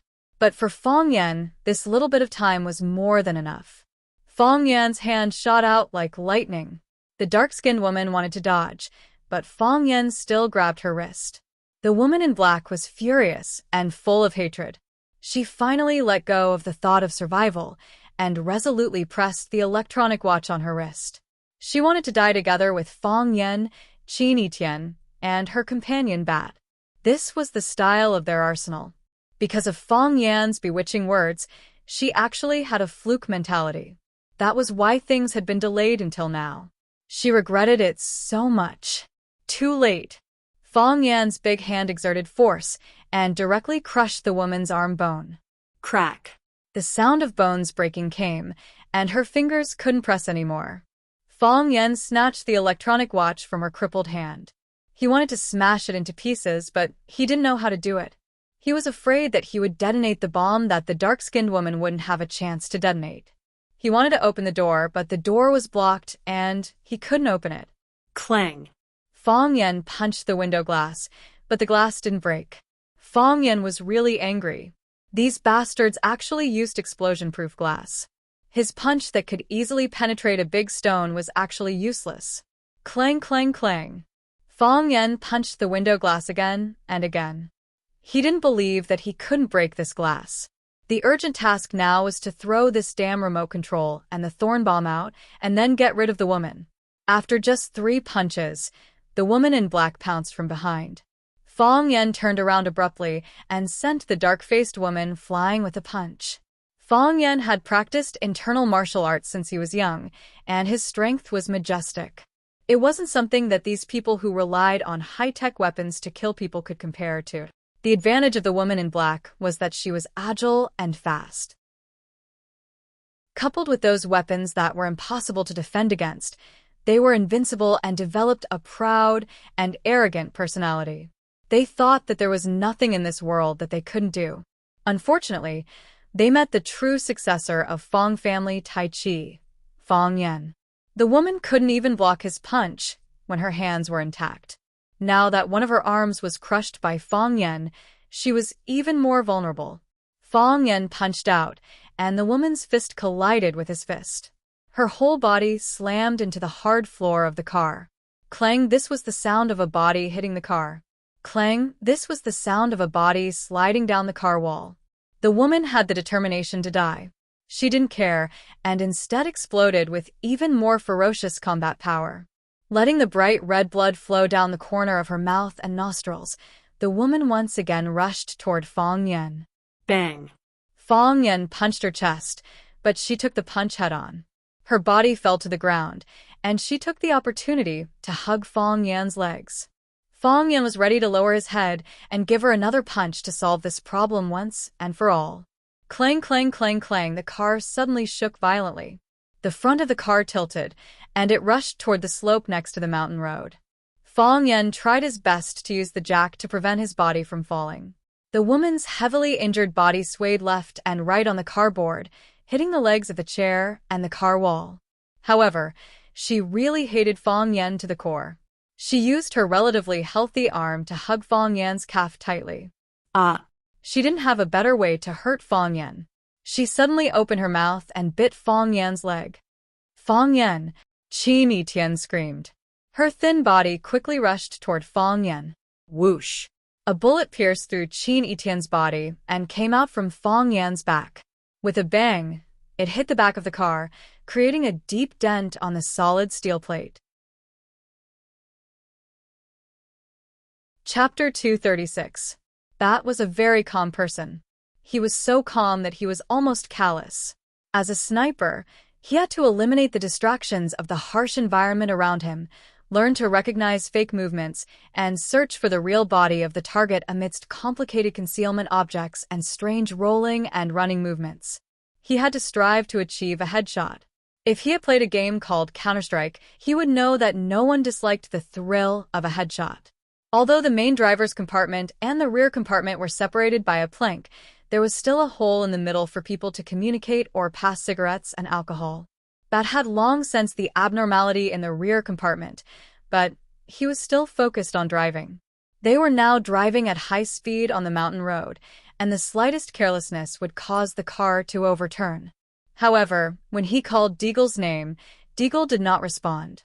His dog-like nose smelled the thick smell of blood in the rear compartment, and he knew that the situation was out of control. Otherwise, why would Octopus not even send a signal to reassure him?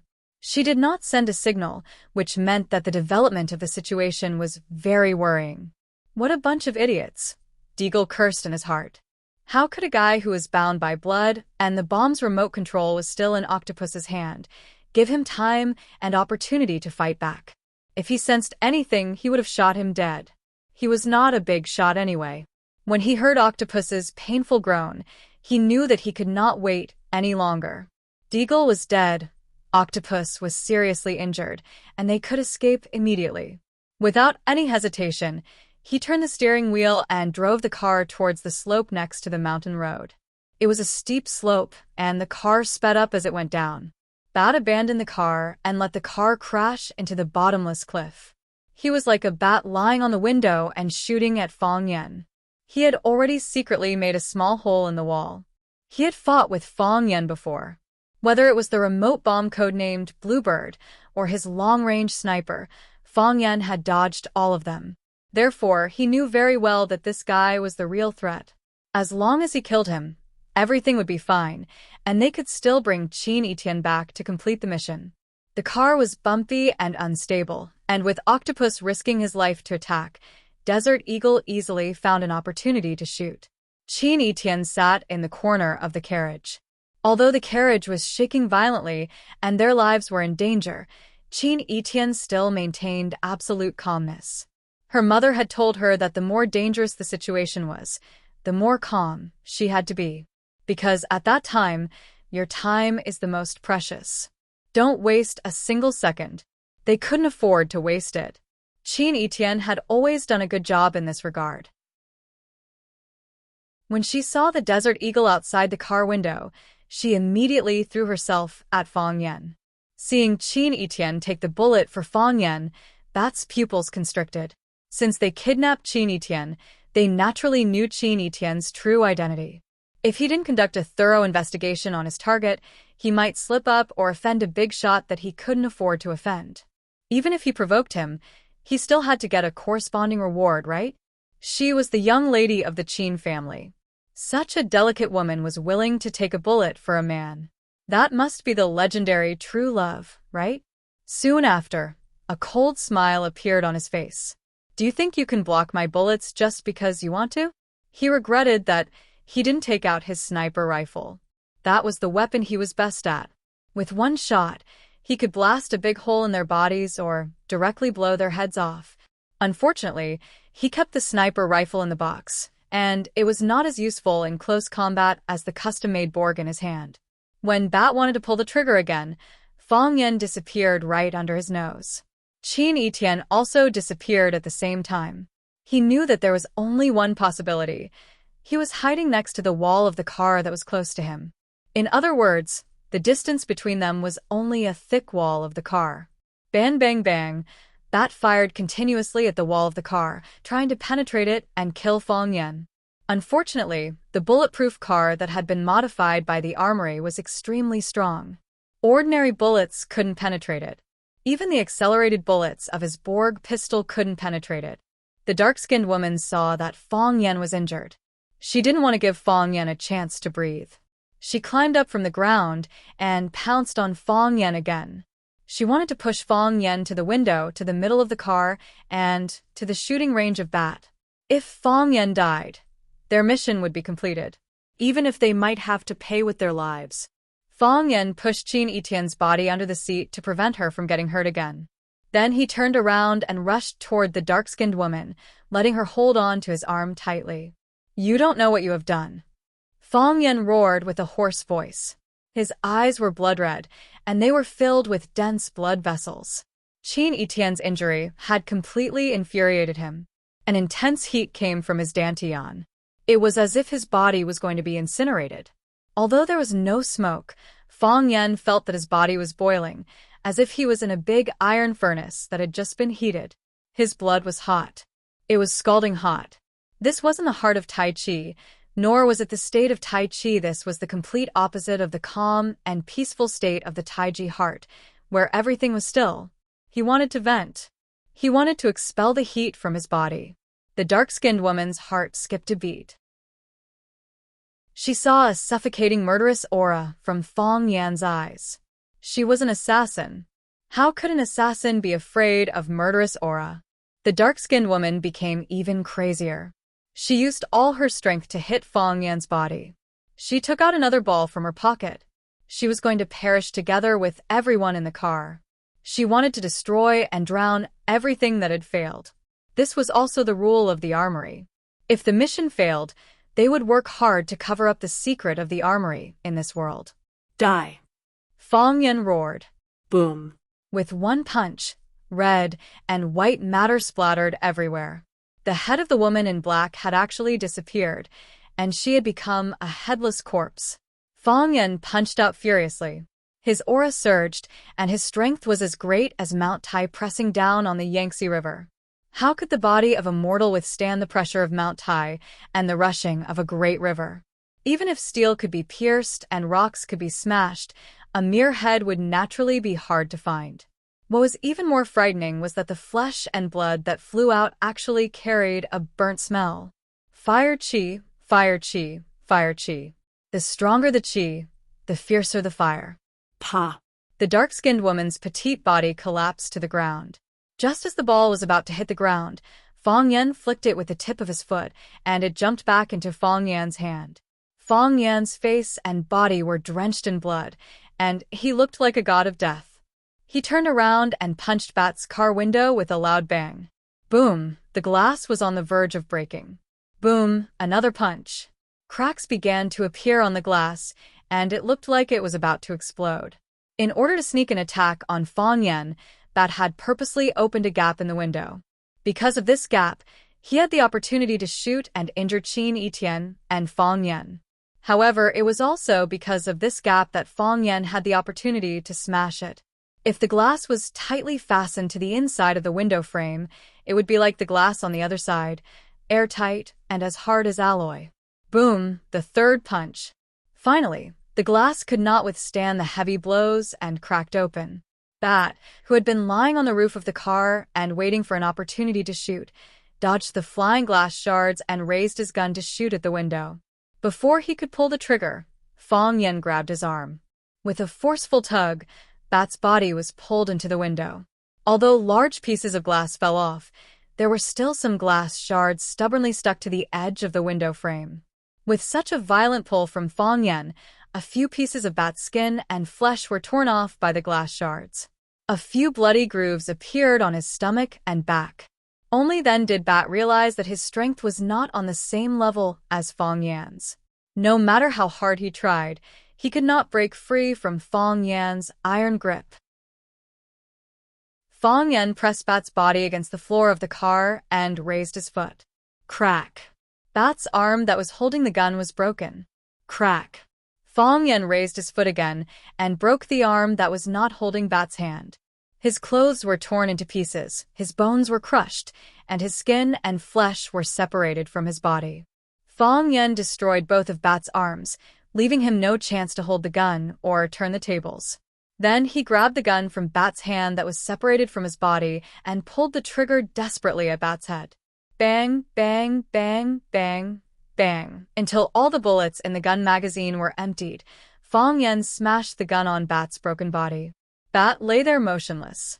His head had been smashed to pieces by Fong Yan, and his body was already dead. Clang, the car hit the boulder on the way down the slope. The car was unstable, and the whole car rolled over. Clang, clang, clang, clang, it rolled faster and faster, and was about to fall into the abyss. Fong Yan rushed over to pick up Qin Etienne, and the two of them rushed toward the broken window. While their bodies were still in the air, Fong Yan flicked his finger, and a silver ball flew back into the car. Boom, a muffled sound came, and the solid car was blown into pieces. A large amount of green liquid splashed out, corroding the plants, insects, stones, and even the air into ashes. Fong Yan tiptoed, and his body bounced up again when he was about to hit the ground. He rolled a few times in the air and finally adjusted his body's balance. Then he landed steadily with Qin Etienne in his arms. Qin Etienne. Fong Yan shouted to Qin Etienne in his arms. I'll take you to the doctor now, you can't die. Qin Etienne struggled to open his eyes. His voice was weak, but there was no trace of fear. He said with a smile, I'm not as good as her. I can only help you block the knife. Chapter 237. He was on the mountainside, and the car had crashed. Fong Yan was in a dilemma. The nearest building to them was the Zhongyuan restaurant at the top of the mountain. As long as he carried Qin Etienne up there, he would be able to get the car. Then, he would drive Qin Etienne to the hospital, which would be faster. Alternatively, he could carry Qin Etienne and run to the foot of the mountain, where there was a gas station and parking lot not far away.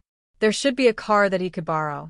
Of course, waiting by the roadside was a good way to save energy. Because there would always be some customers driving back from the Zhongyuan restaurant at the top of the mountain after dinner, Fong Yan only needed to hijack the car halfway. Fong Yan put Qin Etienne on the grass by the roadside and pressed several acupuncture points on her body. This would slow down the speed of her blood loss. He rummaged through all the pockets on his body, but they were all empty. There was no medicine to stop the bleeding or heal his wounds. He slapped himself in the face and ran to the foot of the mountain with Qin Etienne in his arms.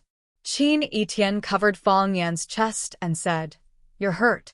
You're bleeding a lot." "Don't talk," Fang Yan shouted. Talking would pull at the wound and even consume energy. At this time, it was very important for the body to retain some energy. If it took too long without treatment and Qin Etienne ran out of energy, she would never wake up again. "Fang Yan, tell me, if I didn't rush over to block the bullet for you, could you have dodged it yourself?" Qin Etienne had never been an obedient person. Although Fang Yan yelled at her not to speak, she had no intention of stopping at all. "Don't talk." Fang Yan was panting, and his heart was beating fast. Although he was also injured, his legs were still flying. He had to find a car as soon as possible and send Qin Etienne to the hospital as soon as possible. "You haven't answered my question. Don't talk." Fang Yan almost roared. "You haven't answered my question." Qin Etienne was far more stubborn than Fang Yan imagined. "We can't hide," Fang Yan said in a deep voice. Qin Etienne was very happy and laughed silently. "Fang Yan, you lied to me." Qin Etienne's voice was very low, but his expression looked very happy. Fang Yan didn't want to reply. If he didn't talk to her, she probably wouldn't be interested in talking to him, right? "In the past, I always liked to calculate. No matter what I did, I liked to think it through, in my mind first. Was there any danger in this matter? Were there any loopholes in this decision? How much profit was there in this investment? Maybe it's because his IQ is not bad. He has never missed anything," Qin Etienne said softly. She closed her eyes, as if talking to herself. However, Fang Yan could hear every single word that came out of her mouth. Then it flowed into his heart. "People outside say that I have wisdom, and I also think I'm very smart. Calculating has become the norm of life. I don't do things based on feelings, and the rhythm of life is never off track. I also like this state. Sometimes I feel a little irritated, but at least it's comfortable and comfortable. When there's a bodyguard, you need a bodyguard to protect you. When the bodyguard is not around, you have to learn to take care of yourself. But when I saw someone shooting at you, I rushed over without thinking. I forgot to calculate and ignored the pros and cons. I just thought that I can't let him kill you. I will make sure that you live. If I live, you have to live. You idiot, I told you not to talk. You're a student, you're my student, I'm your teacher. Can you listen to me for once?" Fang Yan shouted while gritting his teeth. His forehead was dripping with sweat, and his chest was bleeding profusely. The front half of his clothes was soaked with blood, and the back half was soaked with sweat. However, the unlucky girl in his arms was still talking nonstop. Didn't she know that it was really dangerous? If he could, he really wanted to slap her until she fainted. But he was worried that if he did that, Qin Etienne would never wake up. She would never wake up. Didn't they say on TV that people who have been shot must talk more? Because that way they won't faint. That's someone else. You won't faint, Fang Yan said with absolute certainty. He had been transferring energy into Qin Etienne's body carefully and gently, so that her body's organs would always be in a basic state of operation, and her brain would always be awake. But you can't waste all this life-saving energy, right? It was fine if he could transfer it now, but if he couldn't transfer it later, Fang Yan couldn't imagine the consequences. Fighting and killing were common occurrences for martial artists. Fang Yan had experienced the test of life and death, and even suffered the torture of injuries. But he had never been as afraid as he was today. He was afraid that he would die, and he was afraid that the girl in his arms would die. "I don't believe that I will faint either. Although I have no strength in my body, my brain is very clear," Qin Etienne said. "I know that you can dodge it. When I threw myself at you, I remembered that with your skills, you must be able to dodge it. Because I threw myself at you, it affected your performance and made you get shot together with me. I said that I can't dodge it. I'm not a god." Fang Yan corrected Qin Etienne's words. "Fang Yan, I said that my brain is very clear now." Qin Tian exposed Fang Yan's lie. But I like the lie you told. The reason why you said that you can't dodge it is because you don't want me to blame myself. You're afraid that I will blame myself because you start to care about me. In the evening, the sky was still full of sunlight, but at night, it became dark and cloudy, and it might rain at any time. This was the weather in the south. Beep, beep, beep, strong lights shone, and there was a sharp sound of a car horn behind him. Fang Yan breathed a sigh of relief. Finally, there was a car coming. He did not dodge. Instead, he stood in the middle of the mountain road with Qin Tian in his arms. The driver originally wanted to crash into them, but he did not slow down and instead increased the horsepower. As the ancient said, when two people meet on a narrow road, the braver one wins. If he did not stop, the person in front would definitely dodge. The distance was getting closer and closer, but the person in the way did not jump away. Screech. The white BMW stopped in front of Fang Yan. The window was opened, and a young man with a buzz cut and earrings pointed at Fang Yan and scolded, "Are you fucking blind or deaf? You don't know how to dodge the horn, and you can't see such a strong headlight. Do you believe that I won't kill you?" There was also a coquettish girl who looked at Fang Yan with vigilance, urging her boyfriend to drive away quickly, because she found that Fang Yan and Qin Tian were covered in blood. It was really scary. Fang Yan carried Qin Tian to the passenger seat, opened the door with one hand, and dragged the girl out of the car. Then, he put Qin Tian in the car and carefully helped her fasten the seat belt. With a flip, he jumped from the top of the car to the opposite side. When the man with the earring wanted to lock the window, he had already dragged his head out and pressed it against the window so that he could not move. "You don't mind lending me the car, do you?" As Fang Yan spoke, he had already opened the door. The man with the earrings head was stuck in the door, and he was dragged out of the car with him. This guy was not afraid of death, and he did not even fasten the seatbelt. "No problem. No problem." The man with the earring cried and said. Originally, he wanted to say a few harsh words, but before he could open his mouth, the guy had already hit him. They were much more ruthless than him. Moreover, it was dark on the mountain road. If the robber really wanted to do anything to them, he really could not do anything. "Thank you," Fang Yan said. Clang, the door closed, and the car sped away. The woman ran to the side of the man with the earring and said hurriedly, "Zhou Bing, quickly call the police. Our car was robbed." "Call the police? What police?" The man with the earrings said angrily. "Who said that the car was robbed? They borrowed it. Didn't you hear him say thank you to me?" He thought, this idiot woman, if she called the police, the fact that his car was robbed would be known by his brothers in the circle. How could he go out and meet people in the future? After getting the car, the speed was obviously much faster. Fang Yan found a mobile phone in the car and said, "Give me a number." Qin Tian lay on the seat and said a row of numbers. The clouds were getting lower, and the wind was getting stronger. The raindrops finally fell, beating on the car window with a pitter-patter. As soon as the car entered the suburbs, a group of people stopped Fang Yan's car.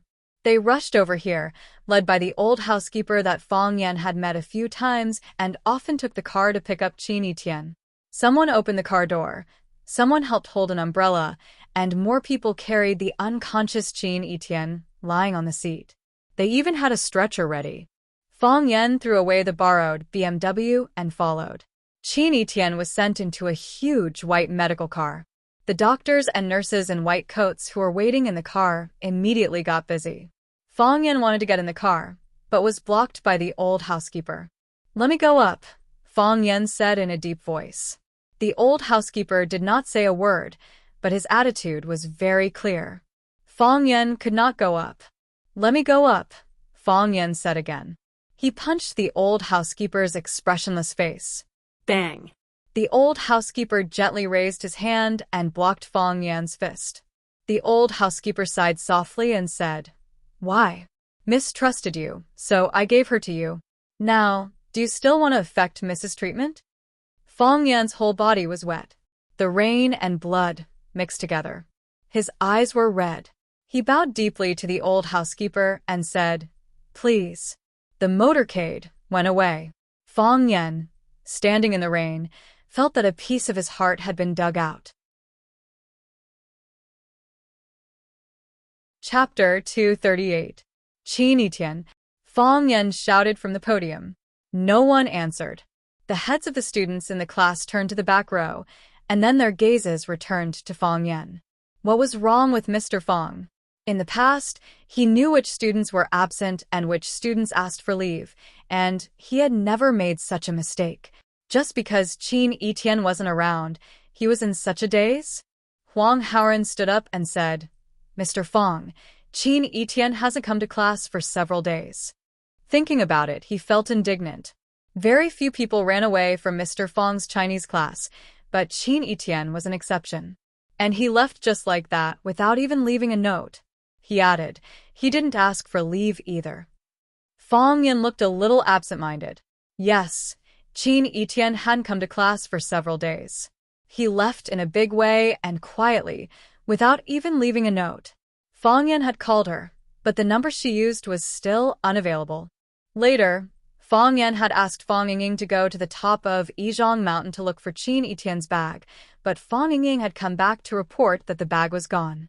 Even the GMC car that Fong Yan had said had been blown to pieces had disappeared. Yes, there would always be an end to this kind of thing.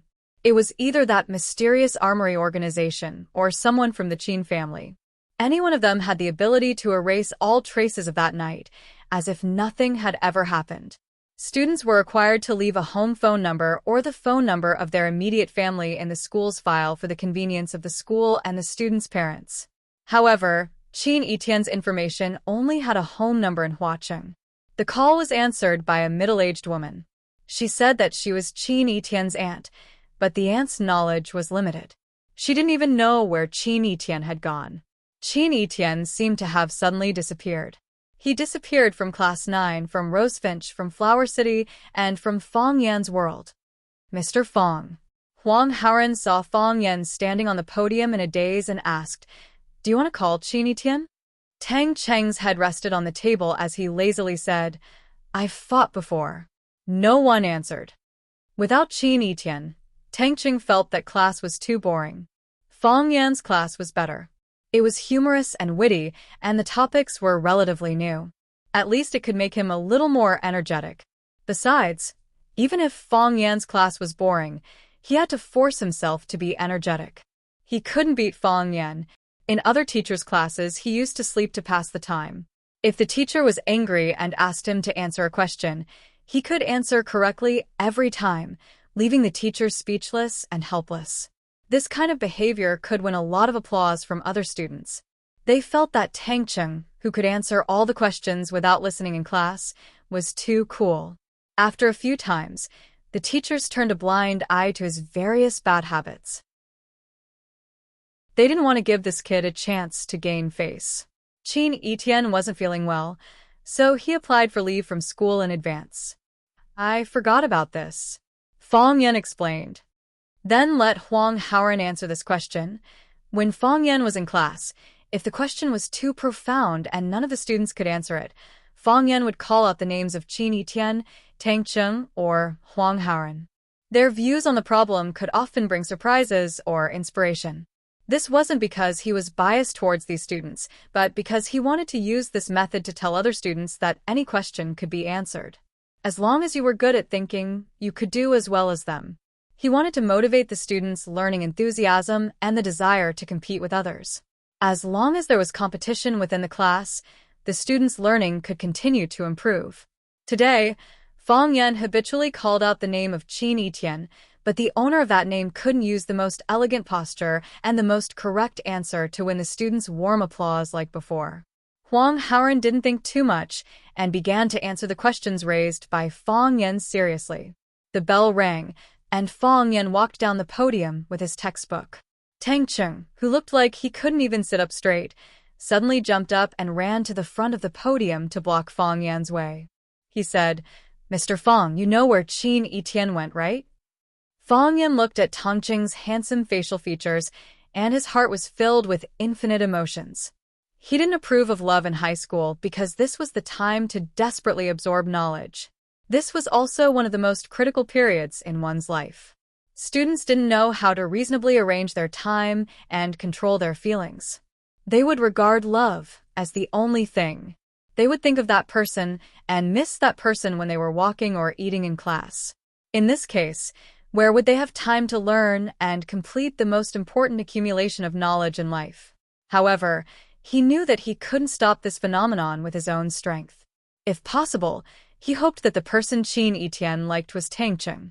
Their feelings were quiet, hidden, bitter, sweet, and most importantly, Tangcheng also liked her wholeheartedly, just like other girls who fell in love early in high school. The biggest punishment was just the teacher's reprimand and the parent's scolding. In any case, there was no need to use his body to block bullets. An unintentional sacrifice in exchange for such a desperate return. Was it really worth it? Fang Yan's heart was in a mess. Fang Yan looked at Tangcheng and said, "Didn't you try? You couldn't get through to her phone and I couldn't get through to her." But Tangcheng scratched his hair and looked a little embarrassed. He was still a student. A student asking a teacher about the whereabouts of another female student. After all, it would give people the feeling that it was too bold and direct. She will leave at any time. I didn't think such a thing would happen. However, if she really wanted to leave, she would definitely tell you. So, if there is someone in Rosefinch who can know her whereabouts, that person must be you. Fang Yan looked at Tangcheng apologetically and said, "I really don't know." Fang Yan took the textbook and prepared to leave, but Tangcheng once again blocked in front of Fang Yan. "Mr. Fang, tell me, did something happen to Qin Etienne?" Tangcheng asked nervously. Fang Yan looked at Tangcheng and said, "Why do you ask?" "You didn't deny." Tangcheng's face was even more embarrassed. "Moreover, you haven't laughed for several days." "Haven't laughed for several days?" Fang Yan was stunned. "Mr. Fang, if anything happens to her, you must tell me," Tangcheng said. "If she gives you any information, please tell me." Tangcheng bowed to Fang Yan and said, "I'll be counting on you." "Oh, please." Tangcheng also said, "Please." He said to the old housekeeper, "Please take good care of Qin Etienne. Please save Qin Etienne no matter what." Tangcheng also said, "Please." He hoped to know the whereabouts of Qin Etienne and whether she was doing well. Fang Yan felt the wound on his chest throbbing again. He couldn't see his face, but it must be frighteningly pale at this time, right? Fang Yan patted Tangcheng's shoulder and turned to walk out of the classroom. Tangcheng looked at Fang Yan's depressed figure and suddenly felt some sympathy for him. Headmaster Zhang Xiaofeng happened to appear at the door of the classroom.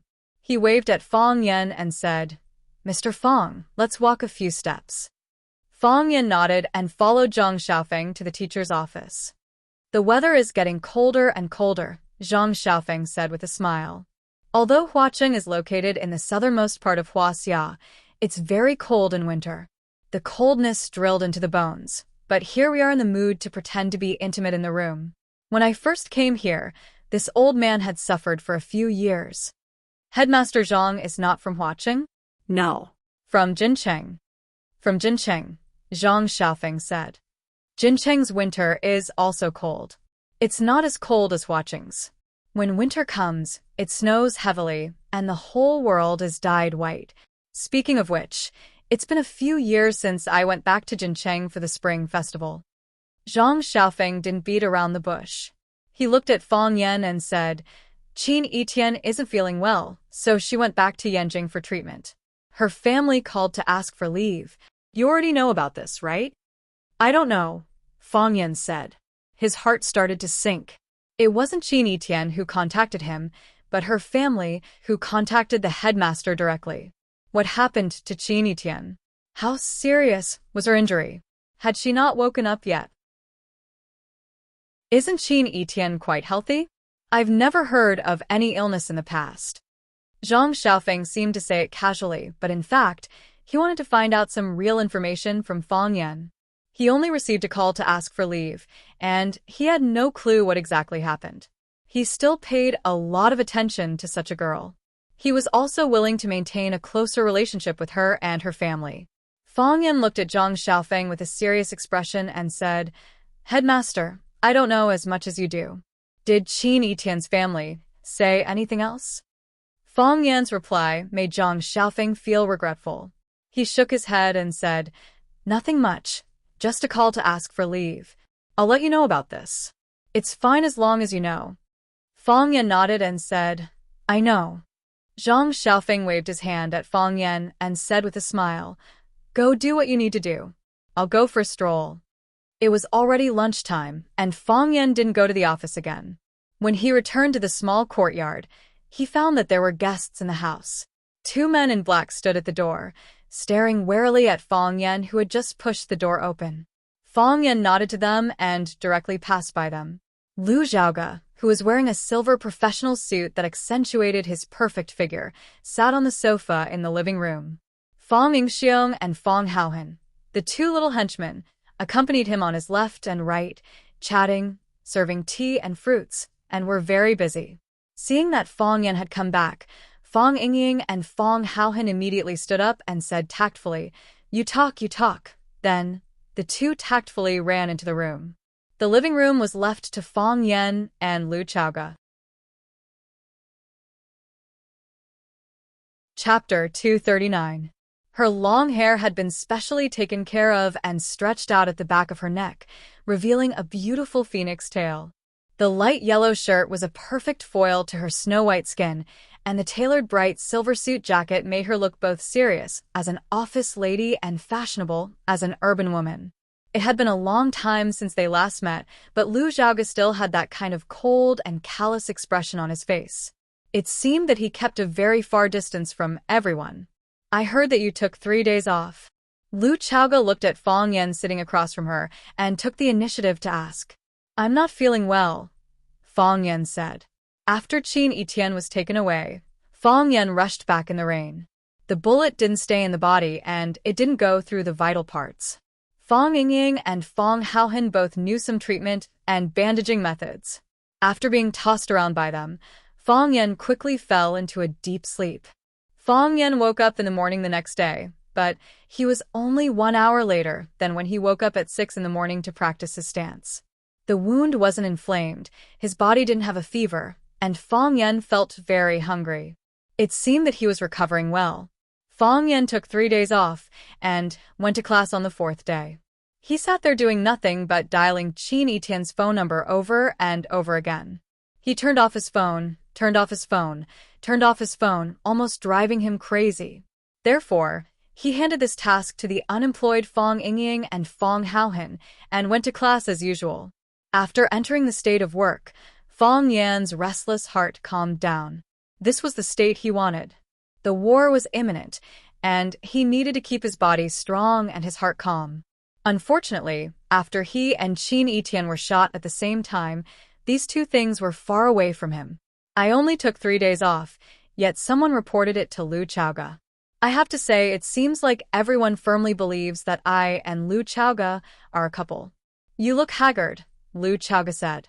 "Really?" Fang Yan wanted to look at himself in the mirror, but he gave up on the idea. What did it matter to him to be haggard or not? "From the first time I saw you, you cut my flower arrangement in the office until I left school. Even when we were at our most difficult times, you never showed such decadence. Proud, motivated, and fearless. This is the Fang Yan I know." Lu Zhaoge looked at Fang Yan with bright eyes and asked, "What are you worried about?" Fang Yan smiled bitterly. These women were all shrewd. "Do you still want people to live? Let's not talk about me anymore." Fang Yan wanted to change the topic. "How are the preparations for your company?" "Chaoyan Technology is progressing very well. The office and research room have been renovated. Because the research on bioenergy is a secret project, we have put in enough effort in security. The next step is to recruit people. Our partners will send some elites over, but the middle-level and low-level personnel still have to be recruited one by one from the talent market. In 2 days, we can open for business. Do you want to go and take a look?" "I'm not going," Fang Yan rejected. "I believe in your ability. The company's matters are finished," Lu Zhaoge said. "Now can you tell me what you are worried about?" Lu Zhaoge frowned slightly and said, "If you are not happy at school, you can leave or go to Chaoyan Technology. Although those companies are still safe for the time being, the temptation of the magic cube is too great. I believe they won't give up. They also need you there. Seeing that Fang Yan didn't respond, Lu Chaoga explained, I didn't come here to ask you to go to Chaoyan for help. I know what your choice is. I just want to tell you, if you don't like it, you don't have to do it. Even if you lock yourself in this yard every day to practice, I think it's a very good choice. Fang Yan looked at Lu Chaoga thoughtfully and said, Why do you care about me so much? Because Lu Chaoga picked up the tea that Fang Yingying brought on the table, avoided Fang Yan's eyes, and said, Ani said that in this world, you are the only person who really cares about us. I think so too. Your Ani is a very great woman, Fang Yan said. Under such a harsh environment, she used her entire life to make a bet. In the end, she won the bet. That's because of you. If it weren't for you, the biggest variable, I would have died long ago, and Ani would have lost the bet. Fang Yan shook his head. It was really not easy for this woman to survive such a serious injury. After 2 lessons, he wanted to drink a sip of water, but Fang Yingying and Fang Haohan hid in the room and didn't come out, so he had to stand up and pour himself a cup of water. As soon as he got up, Lu Chaoga had already taken the teacup and tea leaves to help him make a cup of tea. The teacup was Lu Chaoga's, and the tea leaves were also Lu Chaoga's. She was more familiar with this house than Fang Yan. Thank you, Fang Yan said. He felt a little embarrassed. After all, Lu Chaoga was a guest from afar. If it's not convenient to say, I won't force you, Lu Chaoga said. Grandma called me and asked me to go to her house for dinner. Fang Yan had a headache and said, You are so busy with work. How can Grandma bother you? You can refuse directly. I accept, Lu Chaoga said. To be honest, I was very happy to receive a call from Grandma. Grandma was very dissatisfied with Fang Yan. She ignored the big and small bags of gifts in his hands and directly lost her temper at him. She said, I don't understand. Isn't it just being a class teacher? You are so busy that you don't even have time to go to Grandma's house for a meal. Fortunately, we live in the same yard. If you still live in Yanjing, I'm afraid I won't be able to see you for the rest of my life. It's my fault, my fault. Fang Yan apologized again and again.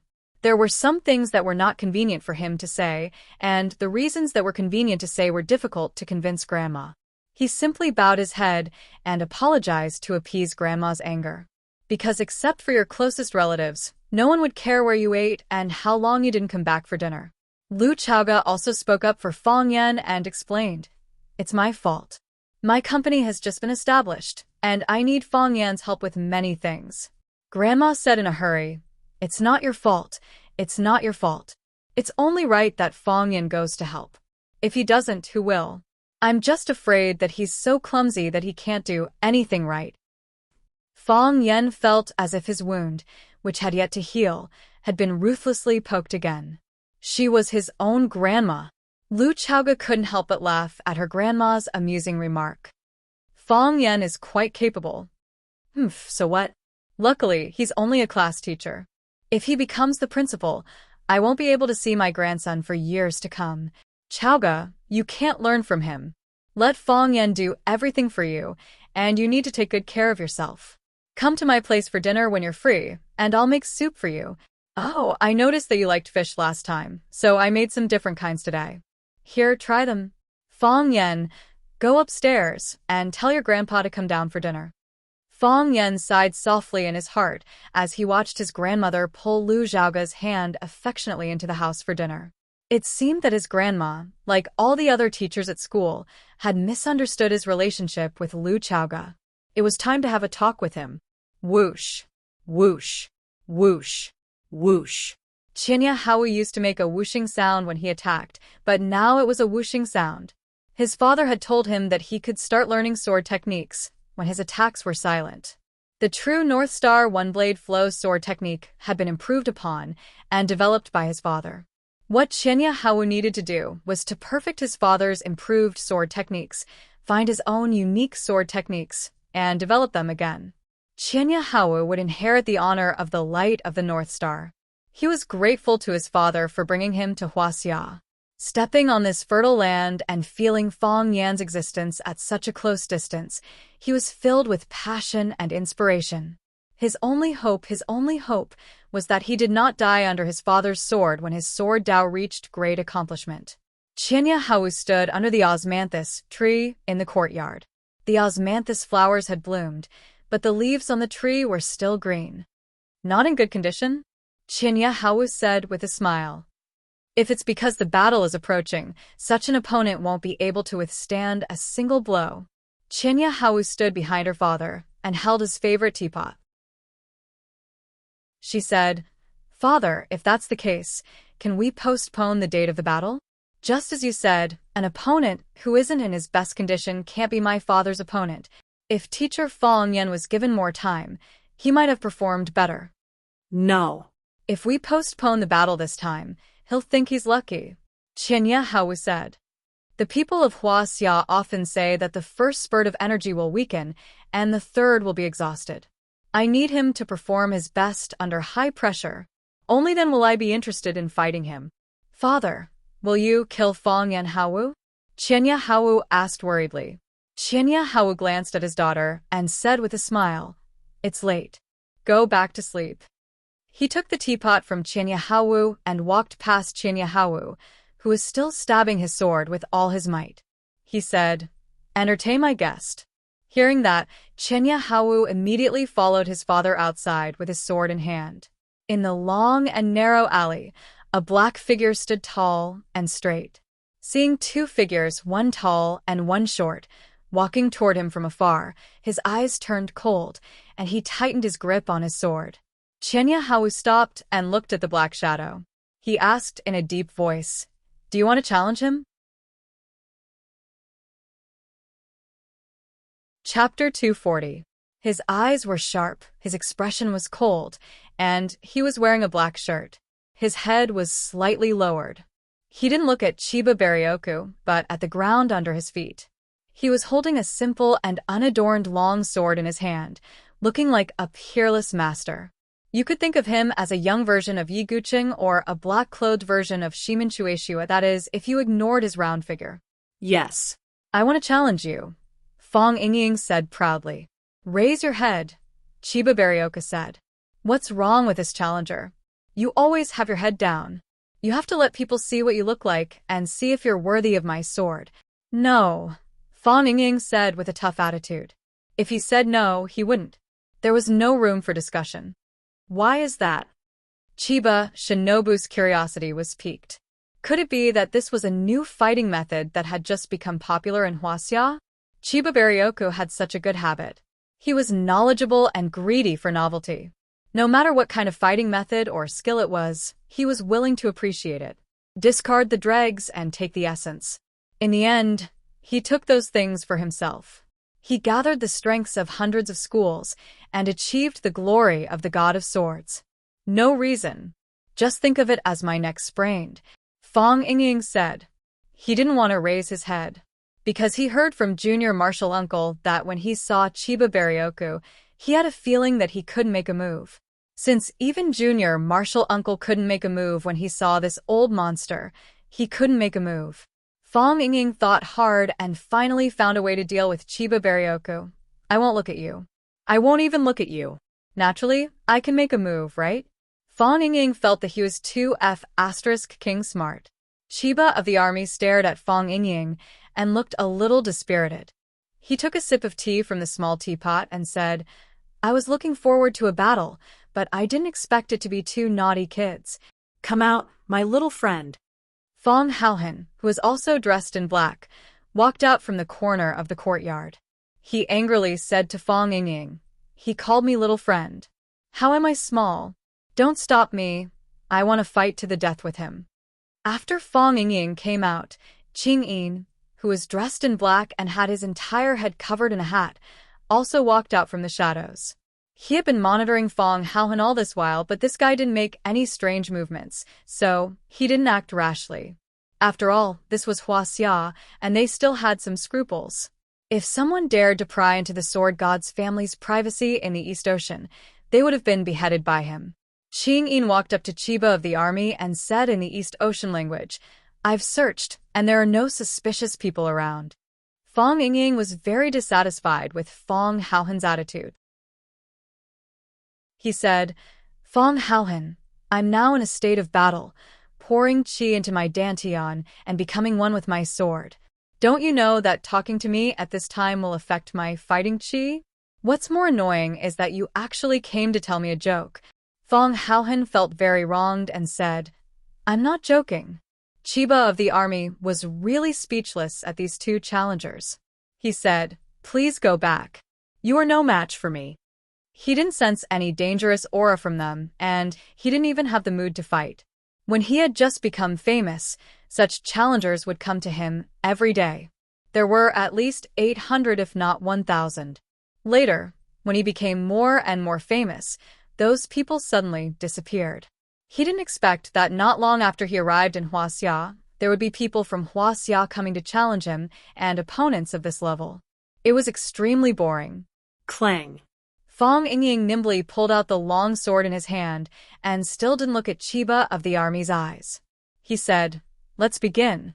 I'm going to cut you down with my sword and establish my undefeated reputation. Qing Yin was angry and said to Chiba of the army in a deep voice, Master, Qing Yin requests to fight. Forget it, Chiba of the army said. He knew Qing Yin's way of doing things. If he allowed him to fight, he was afraid that neither of these two kids would go back. Killing people here was a big taboo, and there was no need to be angry over a few kids. Chiba of the army held a small teapot and turned back leisurely. Fong Ying and Fong Haohan were a little dumbfounded. Chiba of the army didn't want to fight them? Hero, what should we do? Fong Haohan said anxiously. If he doesn't fight you, how can I film? How do I know? Fong Ying said impatiently. Fong Yan was injured, and the bullet passed through his body. Although there was no danger to his life, and it wouldn't even affect Fong Yan's normal work and teaching students. However, Fong Ying and Fong Haohan, who were both from martial arts families, understood that this was a very fatal thing for a duelist who was about to fight with a master. This bullet didn't take Fong Yan's life, but it drained the blood in his body. Without vigor, how could a man be strong? Of course, if the one fighting with Fong Yan was at the level of Fong Ying and Fong Haohan, Fong Ying and Fong Haohan wouldn't be worried at all. They were very clear that, even now, they couldn't beat Junior Martial Uncle. However, the one fighting with Junior Martial Uncle turned out to be a master who had entered the cliff wall stage. The cliff wall stage. Such a strong person. I'm afraid you wouldn't see one in your lifetime. In this case, the impact of the bullet on Fong Yan was enough. Without a peaceful state of mind and a healthy body, without full spirit, without high fighting spirit, without a strong desire to live, how could Fong Yan win? Fong Yan's wound was bandaged by Fong Ying and Fong Haohan, and they were also diligent in changing the dressing. Fong Ying had unintentionally probed, since the injury was so serious, could the duel be postponed or simply cancelled? Fong Yan shook his head, saying that it couldn't be cancelled, nor could it be postponed. Fong Haohan said that they might as well not go. Would he run to the school to hurt people? Fong Yan shook his head and said, The news of my duel with the Chiba army has been spread out by people with intentions. After the Chiba army came to Huaxia, the first person they challenged was me. Now it's not just a duel between me and the Chiba army, but a duel between the Huaxia martial artists and the Japanese martial artists. I can lose, I can die. However, I have to go. Fong Ying and Fong Haohan were really anxious. Fong Yan said that he could lose, he could die. Fong Ying and Fong Haohan didn't want Fong Yan to die. The two of them thought about it and decided to find the Chiba army for a duel first. Fong Ying acted as a meat shield and took the initiative to challenge the Chiba army, while Fong Haohan secretly filmed with a digital camera. Whether the Chiba army injured Fong Ying or killed Fong Ying, he couldn't show up and call the police with the digital camera. At that time, the police would arrest or deport the Chiba army and Junior Martial Uncle wouldn't have to participate in the duel anymore, right? For Fong Yan, they were not afraid of losing, nor were they afraid of death. Their plan was exquisite, but the Chiba army was not willing to make a move at all. Fong Yingxiong bellowed as he charged towards the Thousand Leaves military department with his long sword. He was very fast, and he used the Fong Plum Blossom steps with all his strength. Bang. Fong Yingying's body flew back. The Chiba army didn't make a move, nor did Qing Yin and Chiba Haohan. Fong Yingying covered his stomach and coughed violently. Fong Haohan cried out in surprise. "Miss Yi?" Yi Ro, who was wearing a black leather coat and had short hair, stood in front of Fong Yingying and Fong Haohan. Seeing the sword in Fong Yingying's hand and the digital camera in Fong Haohan's hand, she was even more angry. She slapped Fong Yingying's head and asked in a sweet and arrogant voice, "Did you come up with this stupid idea again?" Fong Yingying didn't dare to dodge. He hurriedly explained, "It's not me. It's really not me." Slap. Yi Ro slapped his head again and said, "How dare you lie again?" "Miss Yi." Slap. Yi Ro slapped him on the head again. "Stop it, stop it." Fong Yingying howled with his hands covering his head. "I confess it's me. It's what I want." "Miss Yi, stop it. I was going to confess just now." "I know." Yi Ro looked like she understood. "I'm used to it. I think it's more rhythmic to slap you 3 times. Fong Yingying opened his eyes and mouth wide. He looked at Yi Ro and couldn't say a word for a long time. Is it necessary to beat someone rhythmically? Seeing Yi Ro staring at the digital camera in his hand, Fong Haohan's face became even paler. He hurriedly hid the digital camera behind his back, but soon realized that it was an insult to Miss Yi's IQ. He quickly took it out and said with a smile, "Miss Yi, it's all Fong Yingying's stupid idea. In fact, I don't agree with it. I strongly opposed it, but he threatened me with force. So, I could only follow him to this side." Bang. Before Fong Haohan finished his words, his body flew out. Yi Ro clapped her hands and said coldly, "Although Fong Yingying's idea is a bit stupid and he looks a bit wretched, at least he has a good mind. The Fong family raised you and taught you, but you are not even willing to make this sacrifice. Instead, you drag others down and betray your friends. If we weren't in front of outsiders, I would beat you to death." Fong Yingying nodded again and again, smiling so much that his eyes couldn't be seen.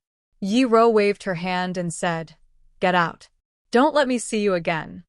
Fong Haohan climbed up from the ground and ran to Fong Yingying, saying, "Hero, she asked us to get out. This is an insult to us. Should we be angry?" Fong Yingying slapped Fong Haohan's head and scolded, "What's the use of being angry?" Influenced by Yi Ro, Fong Yingying also liked this kind of movement of slapping people's heads. Needless to say, there was indeed a sense of rhythm when he smoked. It was very satisfying. Fong Haohan thought it was right and said, "Then I won't be angry."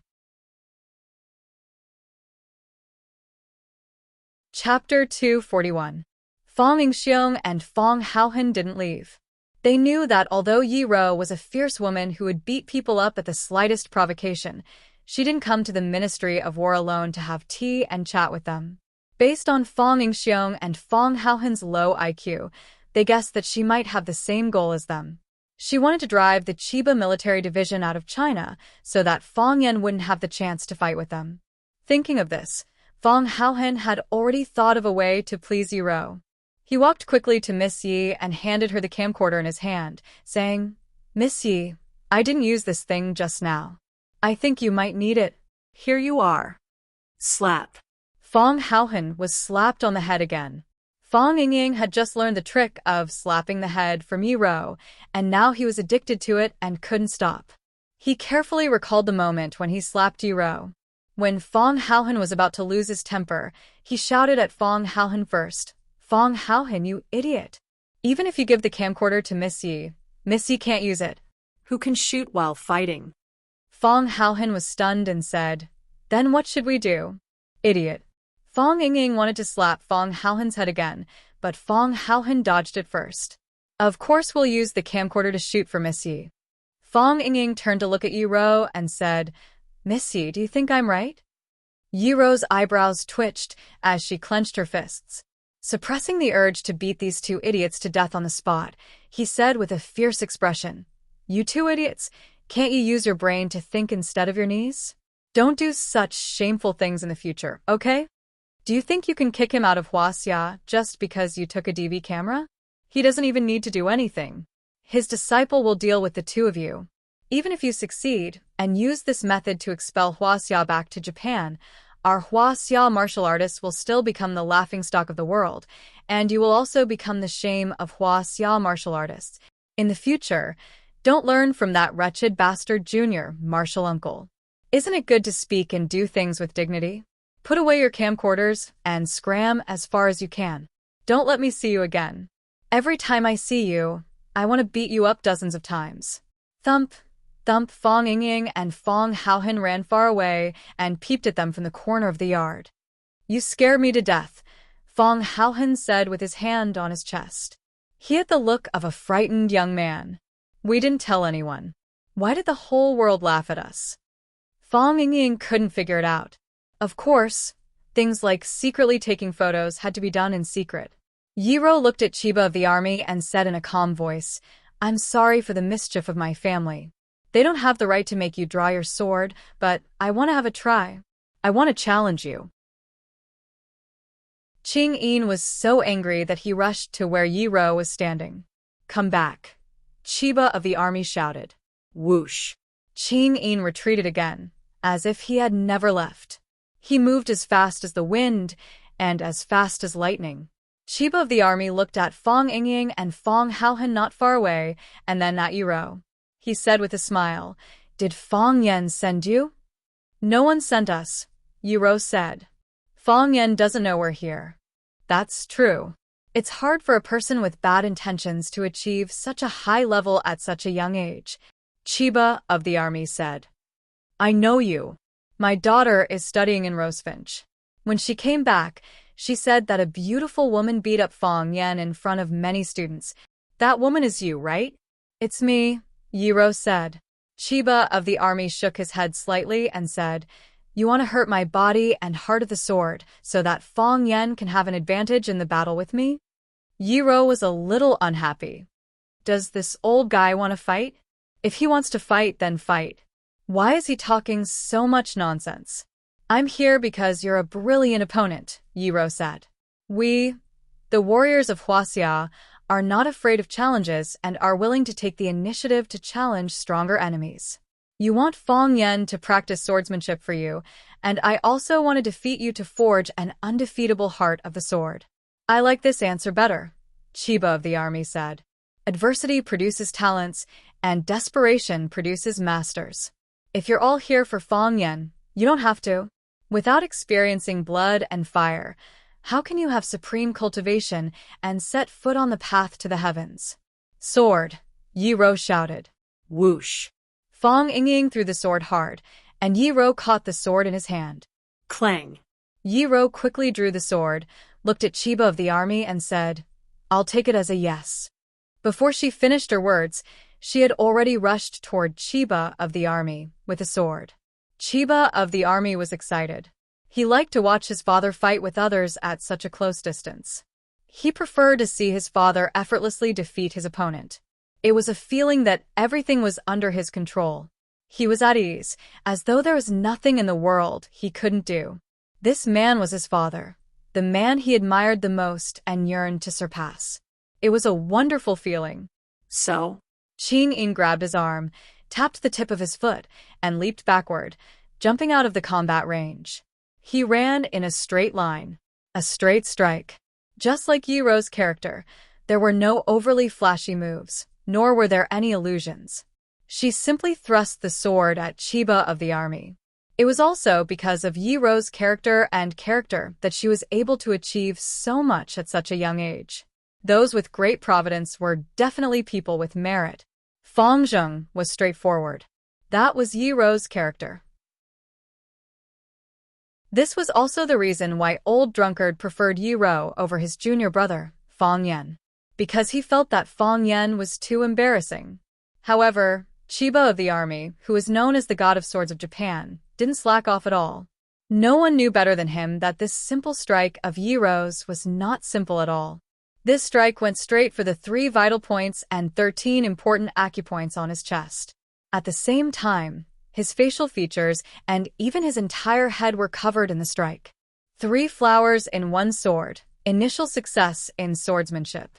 7 flowers in 1 sword, advanced to the next level. Flower rain in the sky, Grandmaster. This was the basic common sense to evaluate a swordsman. According to this standard, Yiro's strike didn't even have a flower, and her level couldn't even be called initial success in swordsmanship. However, if one's swordsmanship reached the realm of return to simplicity, there wouldn't even be a flower. No flower meant that the world was full of sword flowers. No illusion meant that any illusion could be created. Just as Yiro's long sword reached Chiba of the army's chest, Chiba of the army moved like lightning. A long white robe with wide sleeves. A white, almost transparent hand stretched out from the sleeve. It was so relaxed that it looked like a fairy brewing tea or a Buddha picking flowers. Clang. Chiba of the army caught the tip of the long sword with 2 fingers. Whoosh! Yiro's sprinting speed finally stopped. No sound could be heard, but the fierce chi rolled up the dead leaves and dust on the ground. They flew all over the sky like butterflies playing in the wind. Yiro shook her wrist, and the long sword broke into 2 pieces. One piece was caught between Chiba of the army's fingers, and the other was still in her hand. Yiro raised her sword and stabbed again. Clang. Chiba of the army stretched out his fingers again and caught the blade of Yiro's sword again. Yiro shook her wrist again, and the long sword broke into 2 pieces again. When Yiro stabbed for the 3rd time, Chiba of the army still caught the sword with his fingers. Crack, crack, crack. The long sword in Yiro's hand suddenly broke into countless pieces, and the countless pieces stabbed toward Chiba of the army like countless knives. The heavenly net was densely packed, enveloping the vital points of Qianye Bing's body. As long as any of the pieces pierced him, Chiba of the army would pay a heavy price, if not dead. Fong Yingying and Fong Haohan were both shocked by this scene. Fong Yingying cried out in surprise. Did you see that? Heavenly made scatter flowers. The legendary Heavenly made scatter flowers. Fong Haohan, how long has it been since you saw the real Heavenly made scatter flowers? 2 years ago, when Miss Yi competed with Junior Martial Uncle, she used Heavenly made scatter flowers on Junior Martial Uncle. Miss Yi's kung fu became more advanced. Fong Haohan, who was busy filming with the DV, said, at that time, Junior Martial Uncle caught 13 pieces. The rest were all stuck on him. Fong Yingying thought in his heart, I don't know how many pieces this old monster Chiba of the army can catch. Chiba of the army's eyes shone with a strange light. Beautiful. Without any external force at all, he only used his own internal strength to shatter the hard sword into pieces, and then used the air and wind to attack the enemy. It was impossible to guard against and dodge. Chiba of the army stretched out his hands, and his wide sleeves waved in the wind like silk. Clang. With a crisp sound, Chiba of the army's body became calm again. However, the countless sword pieces that Yiro had thrown out suddenly disappeared, as if they had never appeared. Yiro didn't give up. Her body was infinitely close to Chiba of the army. Using the last small part of the sword on the hilt, she fiercely stabbed Chiba of the army's chest.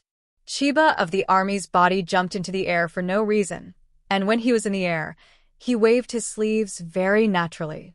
Clatter, silver light flashed, and the sky was full of stars. The pieces collected by Chiba of the army's sleeves became his killing weapons, whistling and rushing at Yiro. They were faster and more aggressive. Those sharp blades became an orderly saber formation, and all the sharp tips were densely aimed at Yiro, who was rushing at him. Yiro could be stabbed into mud at any time, which was extremely dangerous.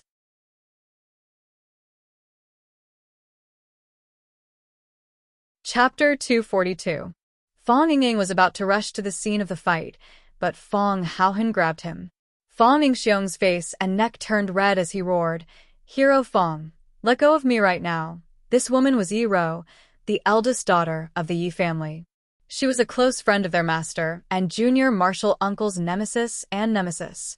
If it weren't for her, who would correct their moves and call them fools. If it weren't for her, who could beat Junior Martial Uncle to death year after year and make such rapid progress in martial arts, from the shame of the Fong family to the shame of the Fong family? Nothing could happen to her. Nothing could happen to her. If something happened to Yiro, they couldn't explain to their master, junior martial uncle, or the elders of the Yi and Fong families. They were men, and they had to stand in front of this woman. This was the responsibility that Guanyin Bodhisattva Gautama Buddha gave him. You can't save her. Fong Haohan grabbed Fong Yingying's arm and wouldn't let go. Of course I know I can't save her, Fong Yingying yelled. I'm strong enough to block the sword. While Fong Yingxiong and Fong Haohan were still being lovey-dovey with each other, Yi Ro had already prepared the counterattack that she should have. Yi Ro jumped high into the air with the tip of her foot. She was like a black bird sprinting high into the sky, like a rocket without a booster. She jumped very, very high, so high that ordinary people would be afraid of her. Qing Yin was a ninja, and he had always been proud of his speed and qinggong. He had dominated the 37 islands in the East Ocean, and he thought he could make a name for himself in Huaxia. However, this young girl just lightly tiptoed like a beautiful firework leaping into the sky. Did she think about other people's feelings? Qing Yin, can you do it? Chiba Haomu raised his head and asked expectantly. His eyes were filled with excitement and desire. The world was vast, and martial arts were magical. There were all kinds of strange martial arts and masters. He really hoped that he could become one of them. He also hoped that he could be like his father and fight to the death with the most powerful opponents in the world. This was how a martial artist should be. I can, Qing Yin said. If he tried his best, he could do as well as Yi Ro. If he had the help of some tools, he could do better than Yi Ro. However, very quickly, his eyes blazed with divine light, and his pupils became abnormally bright. With an excited expression, he said, I can't do it. He even pulled down the hat that had been covering his head. It was a thin and shriveled middle-aged man, his face covered in scars. This is what he left behind in order to become a qualified jonin and pass the beauty array. No one's success was by chance, regardless of whether that person was a Huaxia or an East Asian. As a martial artist, they already had the spirit to sacrifice themselves for the martial Tao. In his eyes, the current Yi Ro could be called a miracle. When Yi Ro's body leaped to the highest point, she completely dodged the sweeping sword forest. Yi Ro's feet swayed as if she was walking in the air. She jumped above Chiba Hashirama, who was in midair, and stepped on the top of Chiba Hashirama's head. It was only an inch, but the energy brought up by it reached a radius of several meters. A strong whirlpool of air formed around her, enveloping herself and Chiba Hashirama, and then she stepped on him from top to bottom. Chiba Hashirama didn't dodge. He held his right index finger and middle finger together like a sword. The sword was full of murderous intent, and it stabbed at Yi Ro's foot. Whoosh! The sword energy pierced through the sole of Yi Ro's black leather boots and pierced the flesh of her foot. Like a huge balloon being pierced by a needle, the airflow suddenly disappeared. Yi Ro felt the danger. She borrowed the force of her body in the air again, rolled twice in a row, and fell far away to the ground. It was precisely because of her dodge that she avoided Chiba Hashirama's next killing move. Clap, clap, clap. Yi Ro fell to the ground and took 3 steps back in succession. Whoosh, whoosh, whoosh. It wasn't until then that the blade fragments pierced into the walls and tree trunks after a short flight, not even leaving a trace.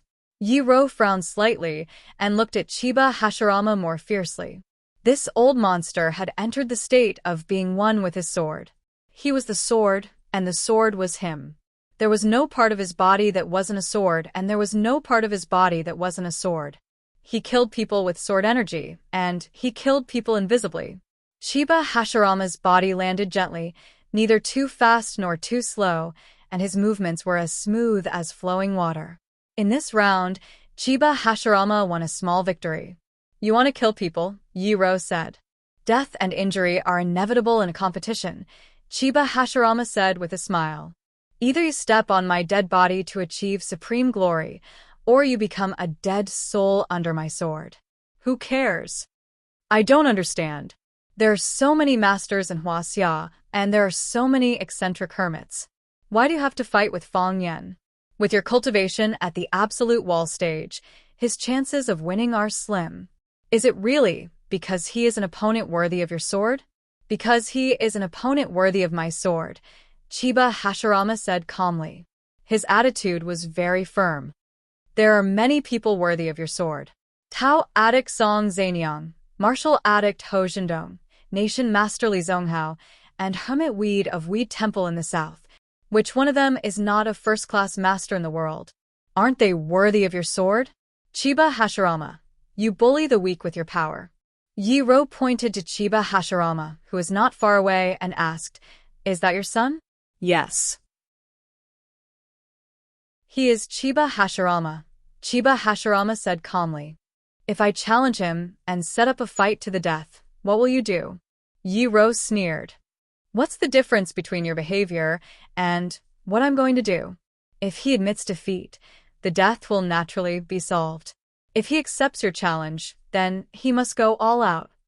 Chiba Hashirama looked at Yi-Ro and said, Miss Yi, I understand what you mean.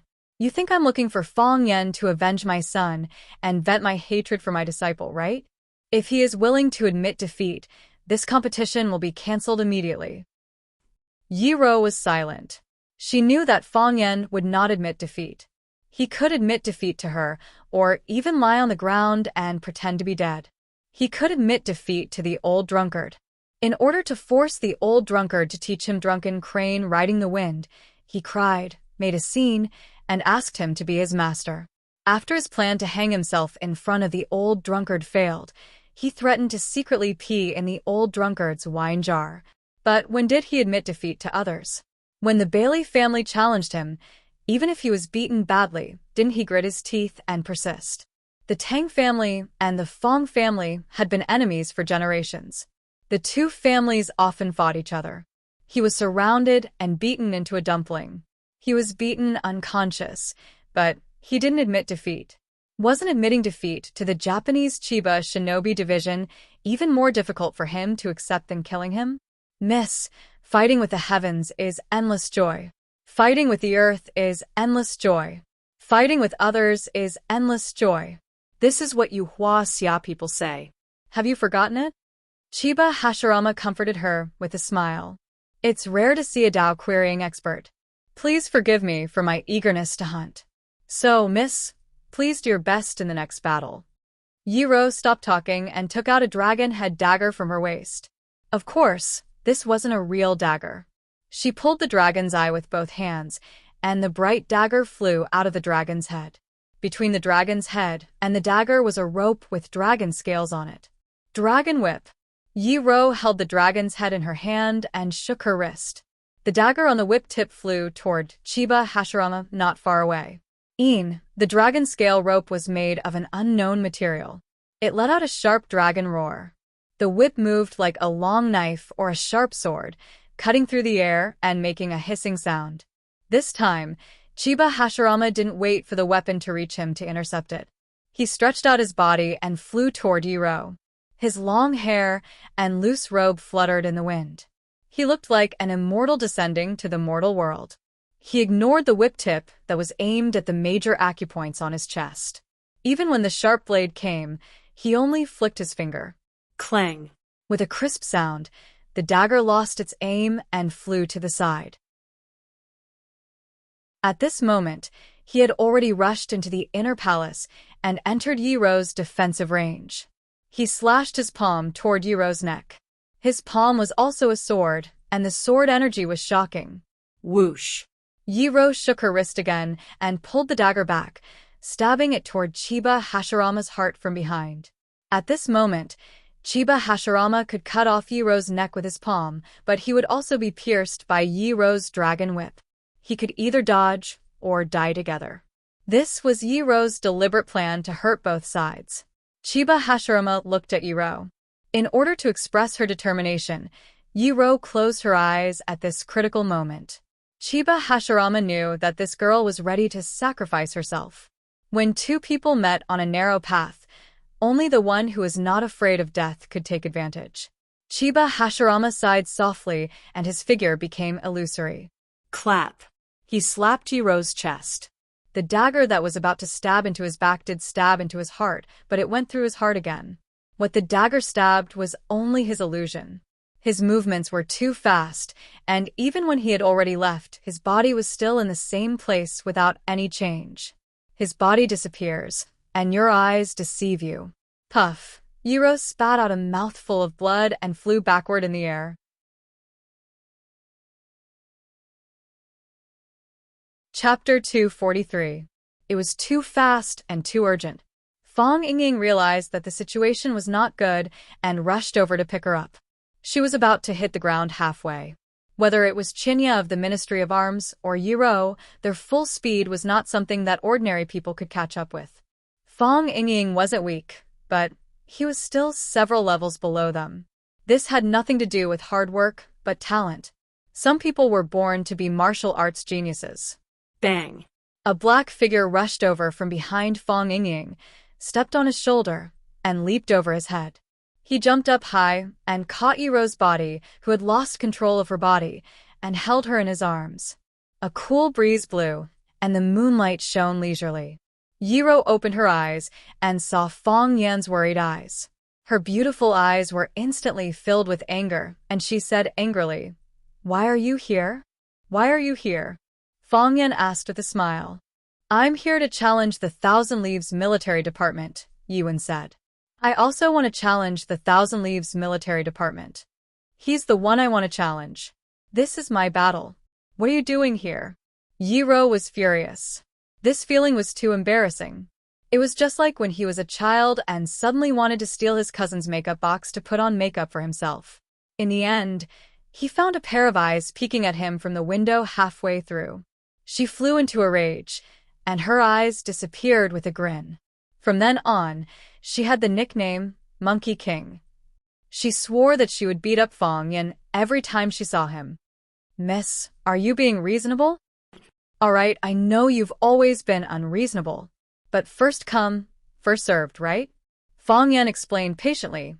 "He is my opponent. Even if you want to challenge him, you'll have to be behind me." "Who set the rules for queuing?" "I want to challenge him now, I'm willing. If you're not convinced, hit me."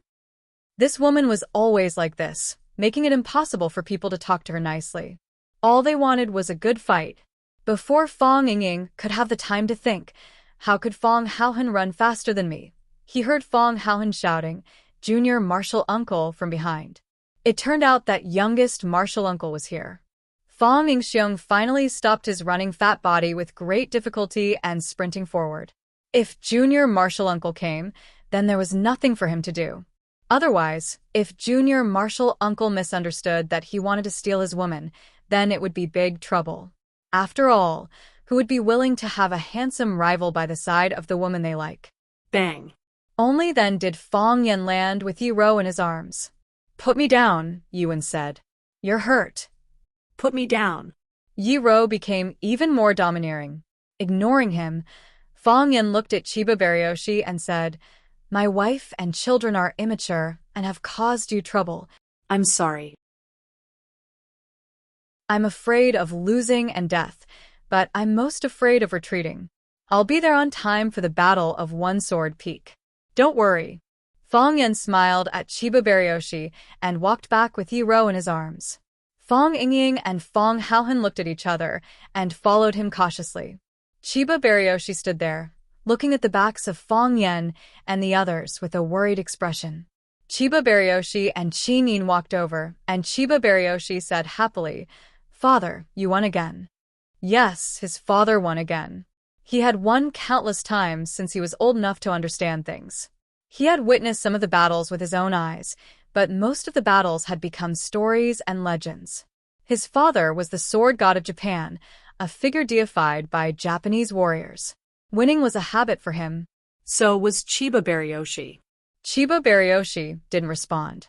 He just stood quietly in the cool breeze under the moonlight. "What are you worried about, master?" Qin Yin asked. Chiba Baryoshi was still a child after all, and Qin Yin was more mature and sharper.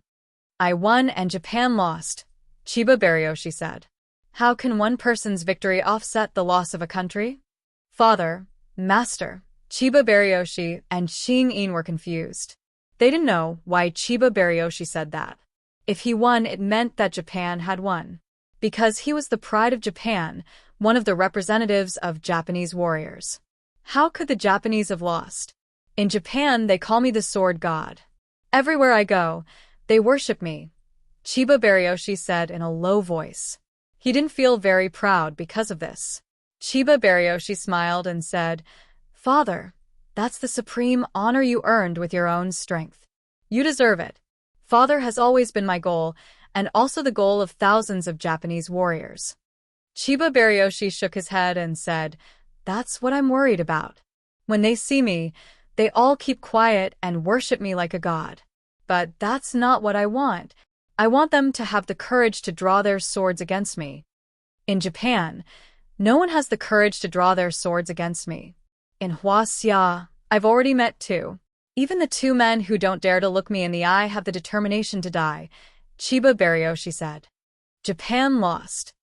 Chiba Baryoshi looked at his father with more love, and Shin-in looked at his master with more respect. Chiba Baryoshi served the country and the people. The hatred of the country and the hatred of the family was the future of a martial artist. Even the man, who was the Japanese sword god, could not abandon all human emotions.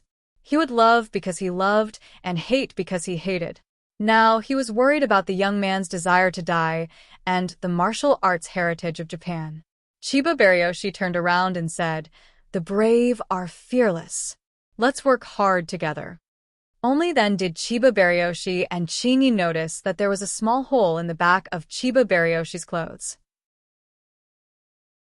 With their sharp eyes, Shin-in and Chiba Baryoshi could see the dazzling red line. The two of them sucked in a cold breath at the same time. "Father, are you hurt?" Chiba Baryoshi cried in surprise. As far as he could remember, he had never seen his father get hurt. Never had. The sword god is still a human. How can a human not be hurt? Chiba Baryoshi's calm voice came. Rosefinch High School. In the courtyard of the villa. "Take off your clothes," Fong Yan said. "No," Yiro said. "Take off your clothes." No. "Yiro, have you noticed? When we talk, we have to say the same thing several times." Fong Yan looked at the unreasonable Yiro helplessly and said, "I noticed." Fong Haohan raised his hand happily, feeling proud of his smart brain and wise eyes. Slap. Fong Yingying slapped his head and scolded, "You idiot! It has nothing to do with you. They are flirting. Why are you getting involved? From now on, shut your stupid mouth." Yiro stared at Fong Yan with sharp eyes and said, "Fong Yan, don't think you can take advantage of me because I'm hurt. You may not be my match in a fight." "Who wants to fight with you?" Fong Yan said angrily. "You're hurt. You're bleeding. You were slapped by that old psycho from Chiba Baryoshi. I have to see where you're hurt so I can apply medicine for you. What does it have to do with you?" Yiro said with disdain. She pushed Fong Yan away and said, "Don't put your face too close to me. I'm afraid it will affect my appetite and aggravate my injury." Then she turned around and was about to leave. "Yiro, stop the F***CK. Fong Yan shouted. He felt that his little universe was about to explode. What kind of woman is she? Is this kind of woman still a woman? Can you be affectionate just for once? Can you be humble for once? Can you be infinitely shy for once? Isn't it said that injured women are the most vulnerable? That old psycho from Chiba Baryoshi clearly slapped her, but why is she still so strong?" Yiro suddenly turned around and shouted, "Fong Yan, what did you just say?" Fong Yan's heroic appearance suddenly disappeared, and he said timidly, "I said please wait. Even if you want to leave, you have to take the medicine I gave you." He winked at Fong Yingying. Fong Yingying ran into the room and took out a bottle of powder from Junior Marshall Uncle's private collection. After thinking for a while, he took out 2 more bottles, then 3. "I'll tell my mom what you just said," Yiro said. Fong Yan felt that this woman was too vengeful. Fong Yan gave the powder to Yiro and said, "Apply half of it externally, and take the other half with water. You will be fine as long as all the clotted blood is drained out." Yiro hesitated for a while, grabbed the bottle, and turned around and walked into the darkness. Fong Yan walked her to the door of the small courtyard and sighed as he looked at Yiro's back. The two of them always used this strange way to get along. If they didn't quarrel or beat each other, they didn't know what to do. Fong Yingying and Fong Haohan came over, and Fong Yingying said, "Miss Yi saved us. If she hadn't gone in time, Fong Haohan and I wouldn't have been able to come back. She is a good person." Miss Yi didn't want to stay, because she was worried that she wouldn't have a place to sleep at night. Fong Haohan added. Fong Yan just remembered something, and turned around to look at Fong Yingying and Fong Haohan with a sneer. Fong Yingying and Fong Haohan were scared, and their legs were trembling. Fong Yingying said hurriedly, "Junior Martial Uncle, I think I was hurt by the sword energy today. I'll go back and apply some medicine. I'm sleepy too." Fong Haohan was also quite smart, and he turned around to escape. Fong Yan quickly blocked in front of them, and both of his hands were flying, slapping Fong Yingying and Fong Haohan's heads nonstop, and scolded, "You two idiots! Leave the fighting to the women. Why did you run over there? You two uneducated guys. Do you know how to write the word death?"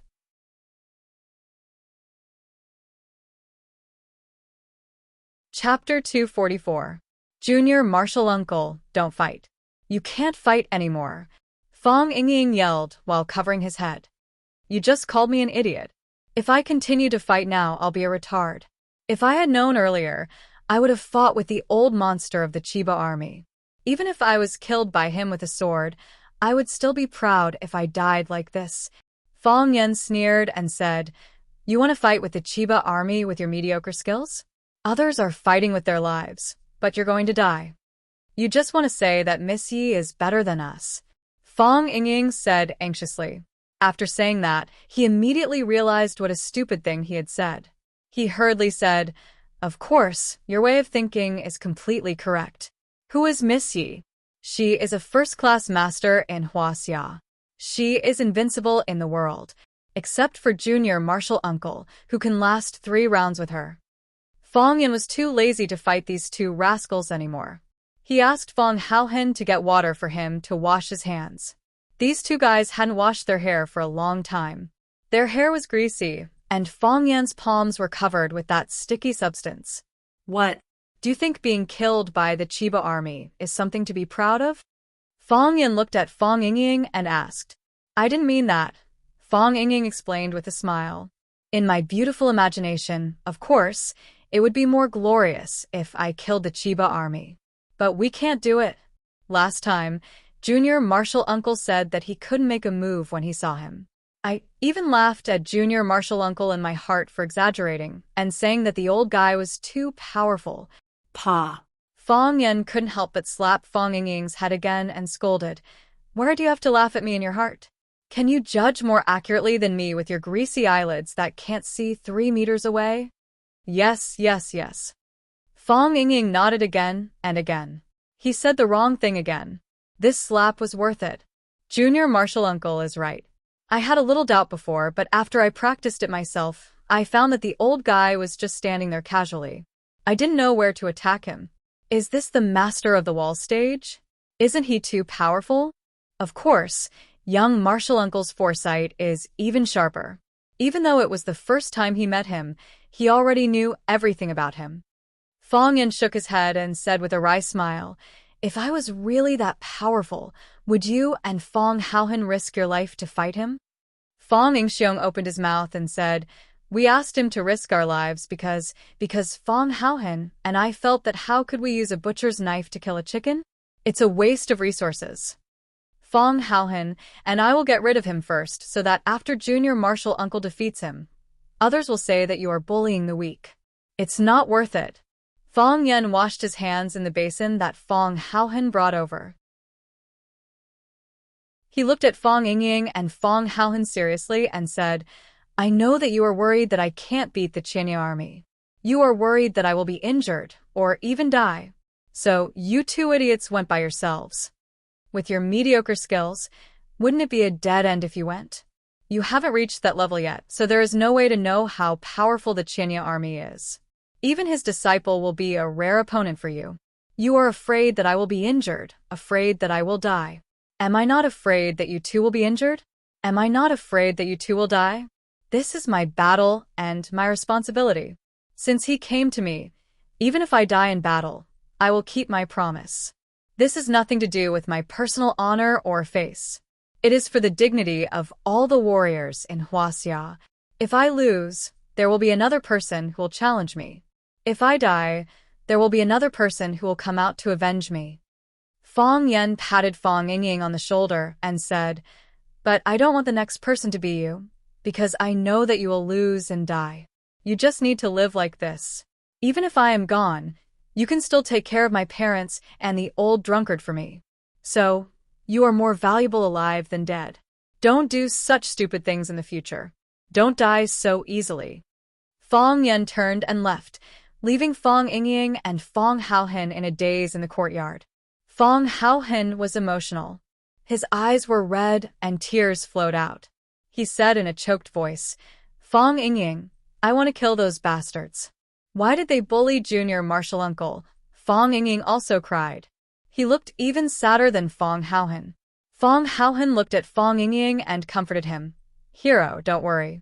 Junior martial uncle will be fine. His martial arts are so good that the old monster might not be able to defeat him." Fang Yingying wiped his tears with his sleeves and said, "Junior martial uncle used my clothes to wipe his hands. The water dripped onto my neck. It was still early winter in Huaqiang, but winter in Yanjing was already extremely cold." Jiang Qin and Yuan Lin looked at the fewer leaves on the locust tree, and they felt better and better. After a while, "It should be snowing in Beijing, right?" Jiang Qin and Yuan Lin were both from the south. It was Jiang Qin's first time walking out of Huaqiang.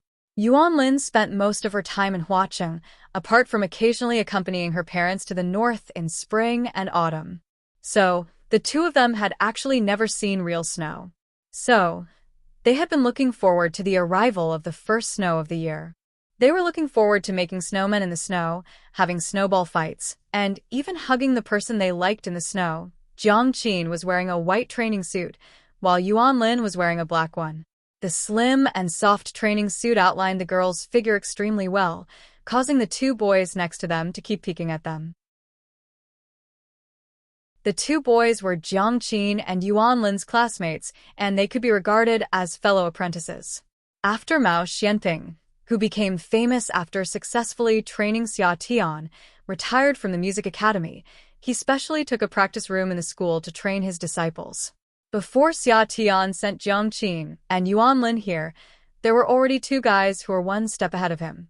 The tall and thin guy was called Guinu, the son of the famous domestic film and television star, Gu Qingyun. He inherited the excellent genes of his parents and was very handsome. The other boy, who looked very gentle and elegant with glasses, was called Huang Yida. He usually looked very low-key, but he always had a superior arrogance. No one knew what his family background was. An old man with slicked back hair was lying on a chair with his eyes slightly closed, looking like he was about to fall asleep. Jiang Qin's body was sitting in front of a guzheng, his body slightly leaning forward, his fingers gently fiddling with the guzheng. The sound of the guzheng was clear and pleasant. "Stop." Mao Xianping suddenly opened his eyes and shouted loudly. Jiang Qin quickly stopped and looked at Mr. Mao Xianping helplessly. She knew that she had played something wrong again. Mr. Mao Xianping was very strict with his apprentices, and he treated Jiang Qin and Yuan Lin equally. He did not care about their feelings when he reprimanded them. "Jiang Qin, do you know where you went wrong?" Mao Xianping jumped up from the chair, walked to Jiang Qin and asked. Jiang Qin thought for a moment and said, "Teacher, I don't know." If you said you didn't know, the teacher would be angry. If you answered wrong, the teacher would be even angrier. Therefore, Jiang Qin chose an answer that would not make the teacher angry. "What song did you play?" "Zen Heart of Clouds and Water." "What is Zen Heart of Clouds and Water?" The sound of the guzheng was like the gurgling of water, the sparse shadow of the bamboo forest, and the reflection of the spring stone. From the sound of the guzheng, we need to understand the great Buddha Dharma and great freedom. I know that you are a new student, so I don't ask you to play the great Buddha Dharma and great freedom. But tell me, where are your clouds? Where is the water? There are no clouds and no water. How can it be called Zen Heart of Clouds and Water? Jiang Qin looked ashamed and said, "Mr. Mao, I'm sorry. I was too anxious." Mao Xuanfeng's face softened a little and he shouted, Guanyu, give us a demonstration. Guanyu walked to Jiang Qin and said with a smile, Mr. Mao, don't be angry. Junior sister has just come here, and it's already very good for her to achieve such a result.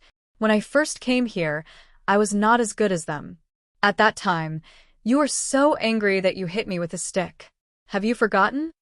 Guanyu looked at Jiang Qin again and said, Junior sister, don't be nervous. The teacher is strict with you because he has too high expectations for you. If it were an ordinary student, it would be very good if he could learn the skill of plucking and know the whole music score in this period of time. How dare I ask him to play a complete song? Jiang Qin was very grateful to Guanyu for helping her out. She gave the chair to Guanyu and said with a smile, Thank you. Guanyu smiled and sat down in front of the guzheng. After adjusting the rhythm of his heart, he gently exhaled a mouthful of turbid qi, and then his fingers gently stroked the strings of the guzheng, and a beautiful tone jumped out. It had to be said that Guanyu was indeed a bit talented in guzheng. The room was very quiet, and everyone was listening carefully. You could see the clouds and water, see the harmony of the clouds and water, and hear the solemn Buddha voice. At the end of the song, everyone applauded warmly. Bao Xianping pointed to Guanyu and said, There are some flaws. Clouds and water flow slowly, not too fast. If you use too much force, it will not be beautiful. Guanyu quickly stood up and said gratefully, Thank you for your teaching. Bao Xianping looked at Jiang Qin and asked, Do you understand? Understood. Jiang Qin nodded. Mao Xianping was very satisfied with his disciple's studious attitude and said, It's good that you understand. The ancients pay attention to having a well-thought-out plan. If you have wind and clouds in your heart, then the music you play will be able to create a storm. You are very talented, and I hope you can go further on this path. Thank you, teacher. Jiang Qin sincerely thanked him. Mao Xianping waved his hand and said, Okay, go eat. After Mao Xianping left, the students began to pack up their things and went to the bathroom to take a shower and change their clothes. When Jiang Qin and Yuan Lin changed into sweaters and down jackets and walked out, Guanyu and Huang Yida were already waiting at the door. Guanyu stood up and took the initiative to greet the two girls. He said, I just discussed with Ida. Although we are brothers and sisters, we haven't even had a chance to have a meal together after being together for so long.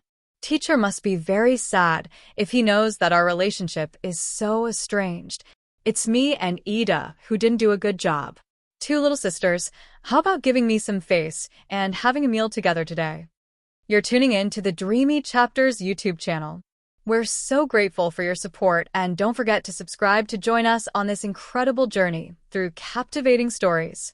Your generosity through donations truly makes a world of difference, as it's the primary source of revenue that allows me to expand and enhance this channel for you. Thank you from the bottom of my heart for being a part of this adventure.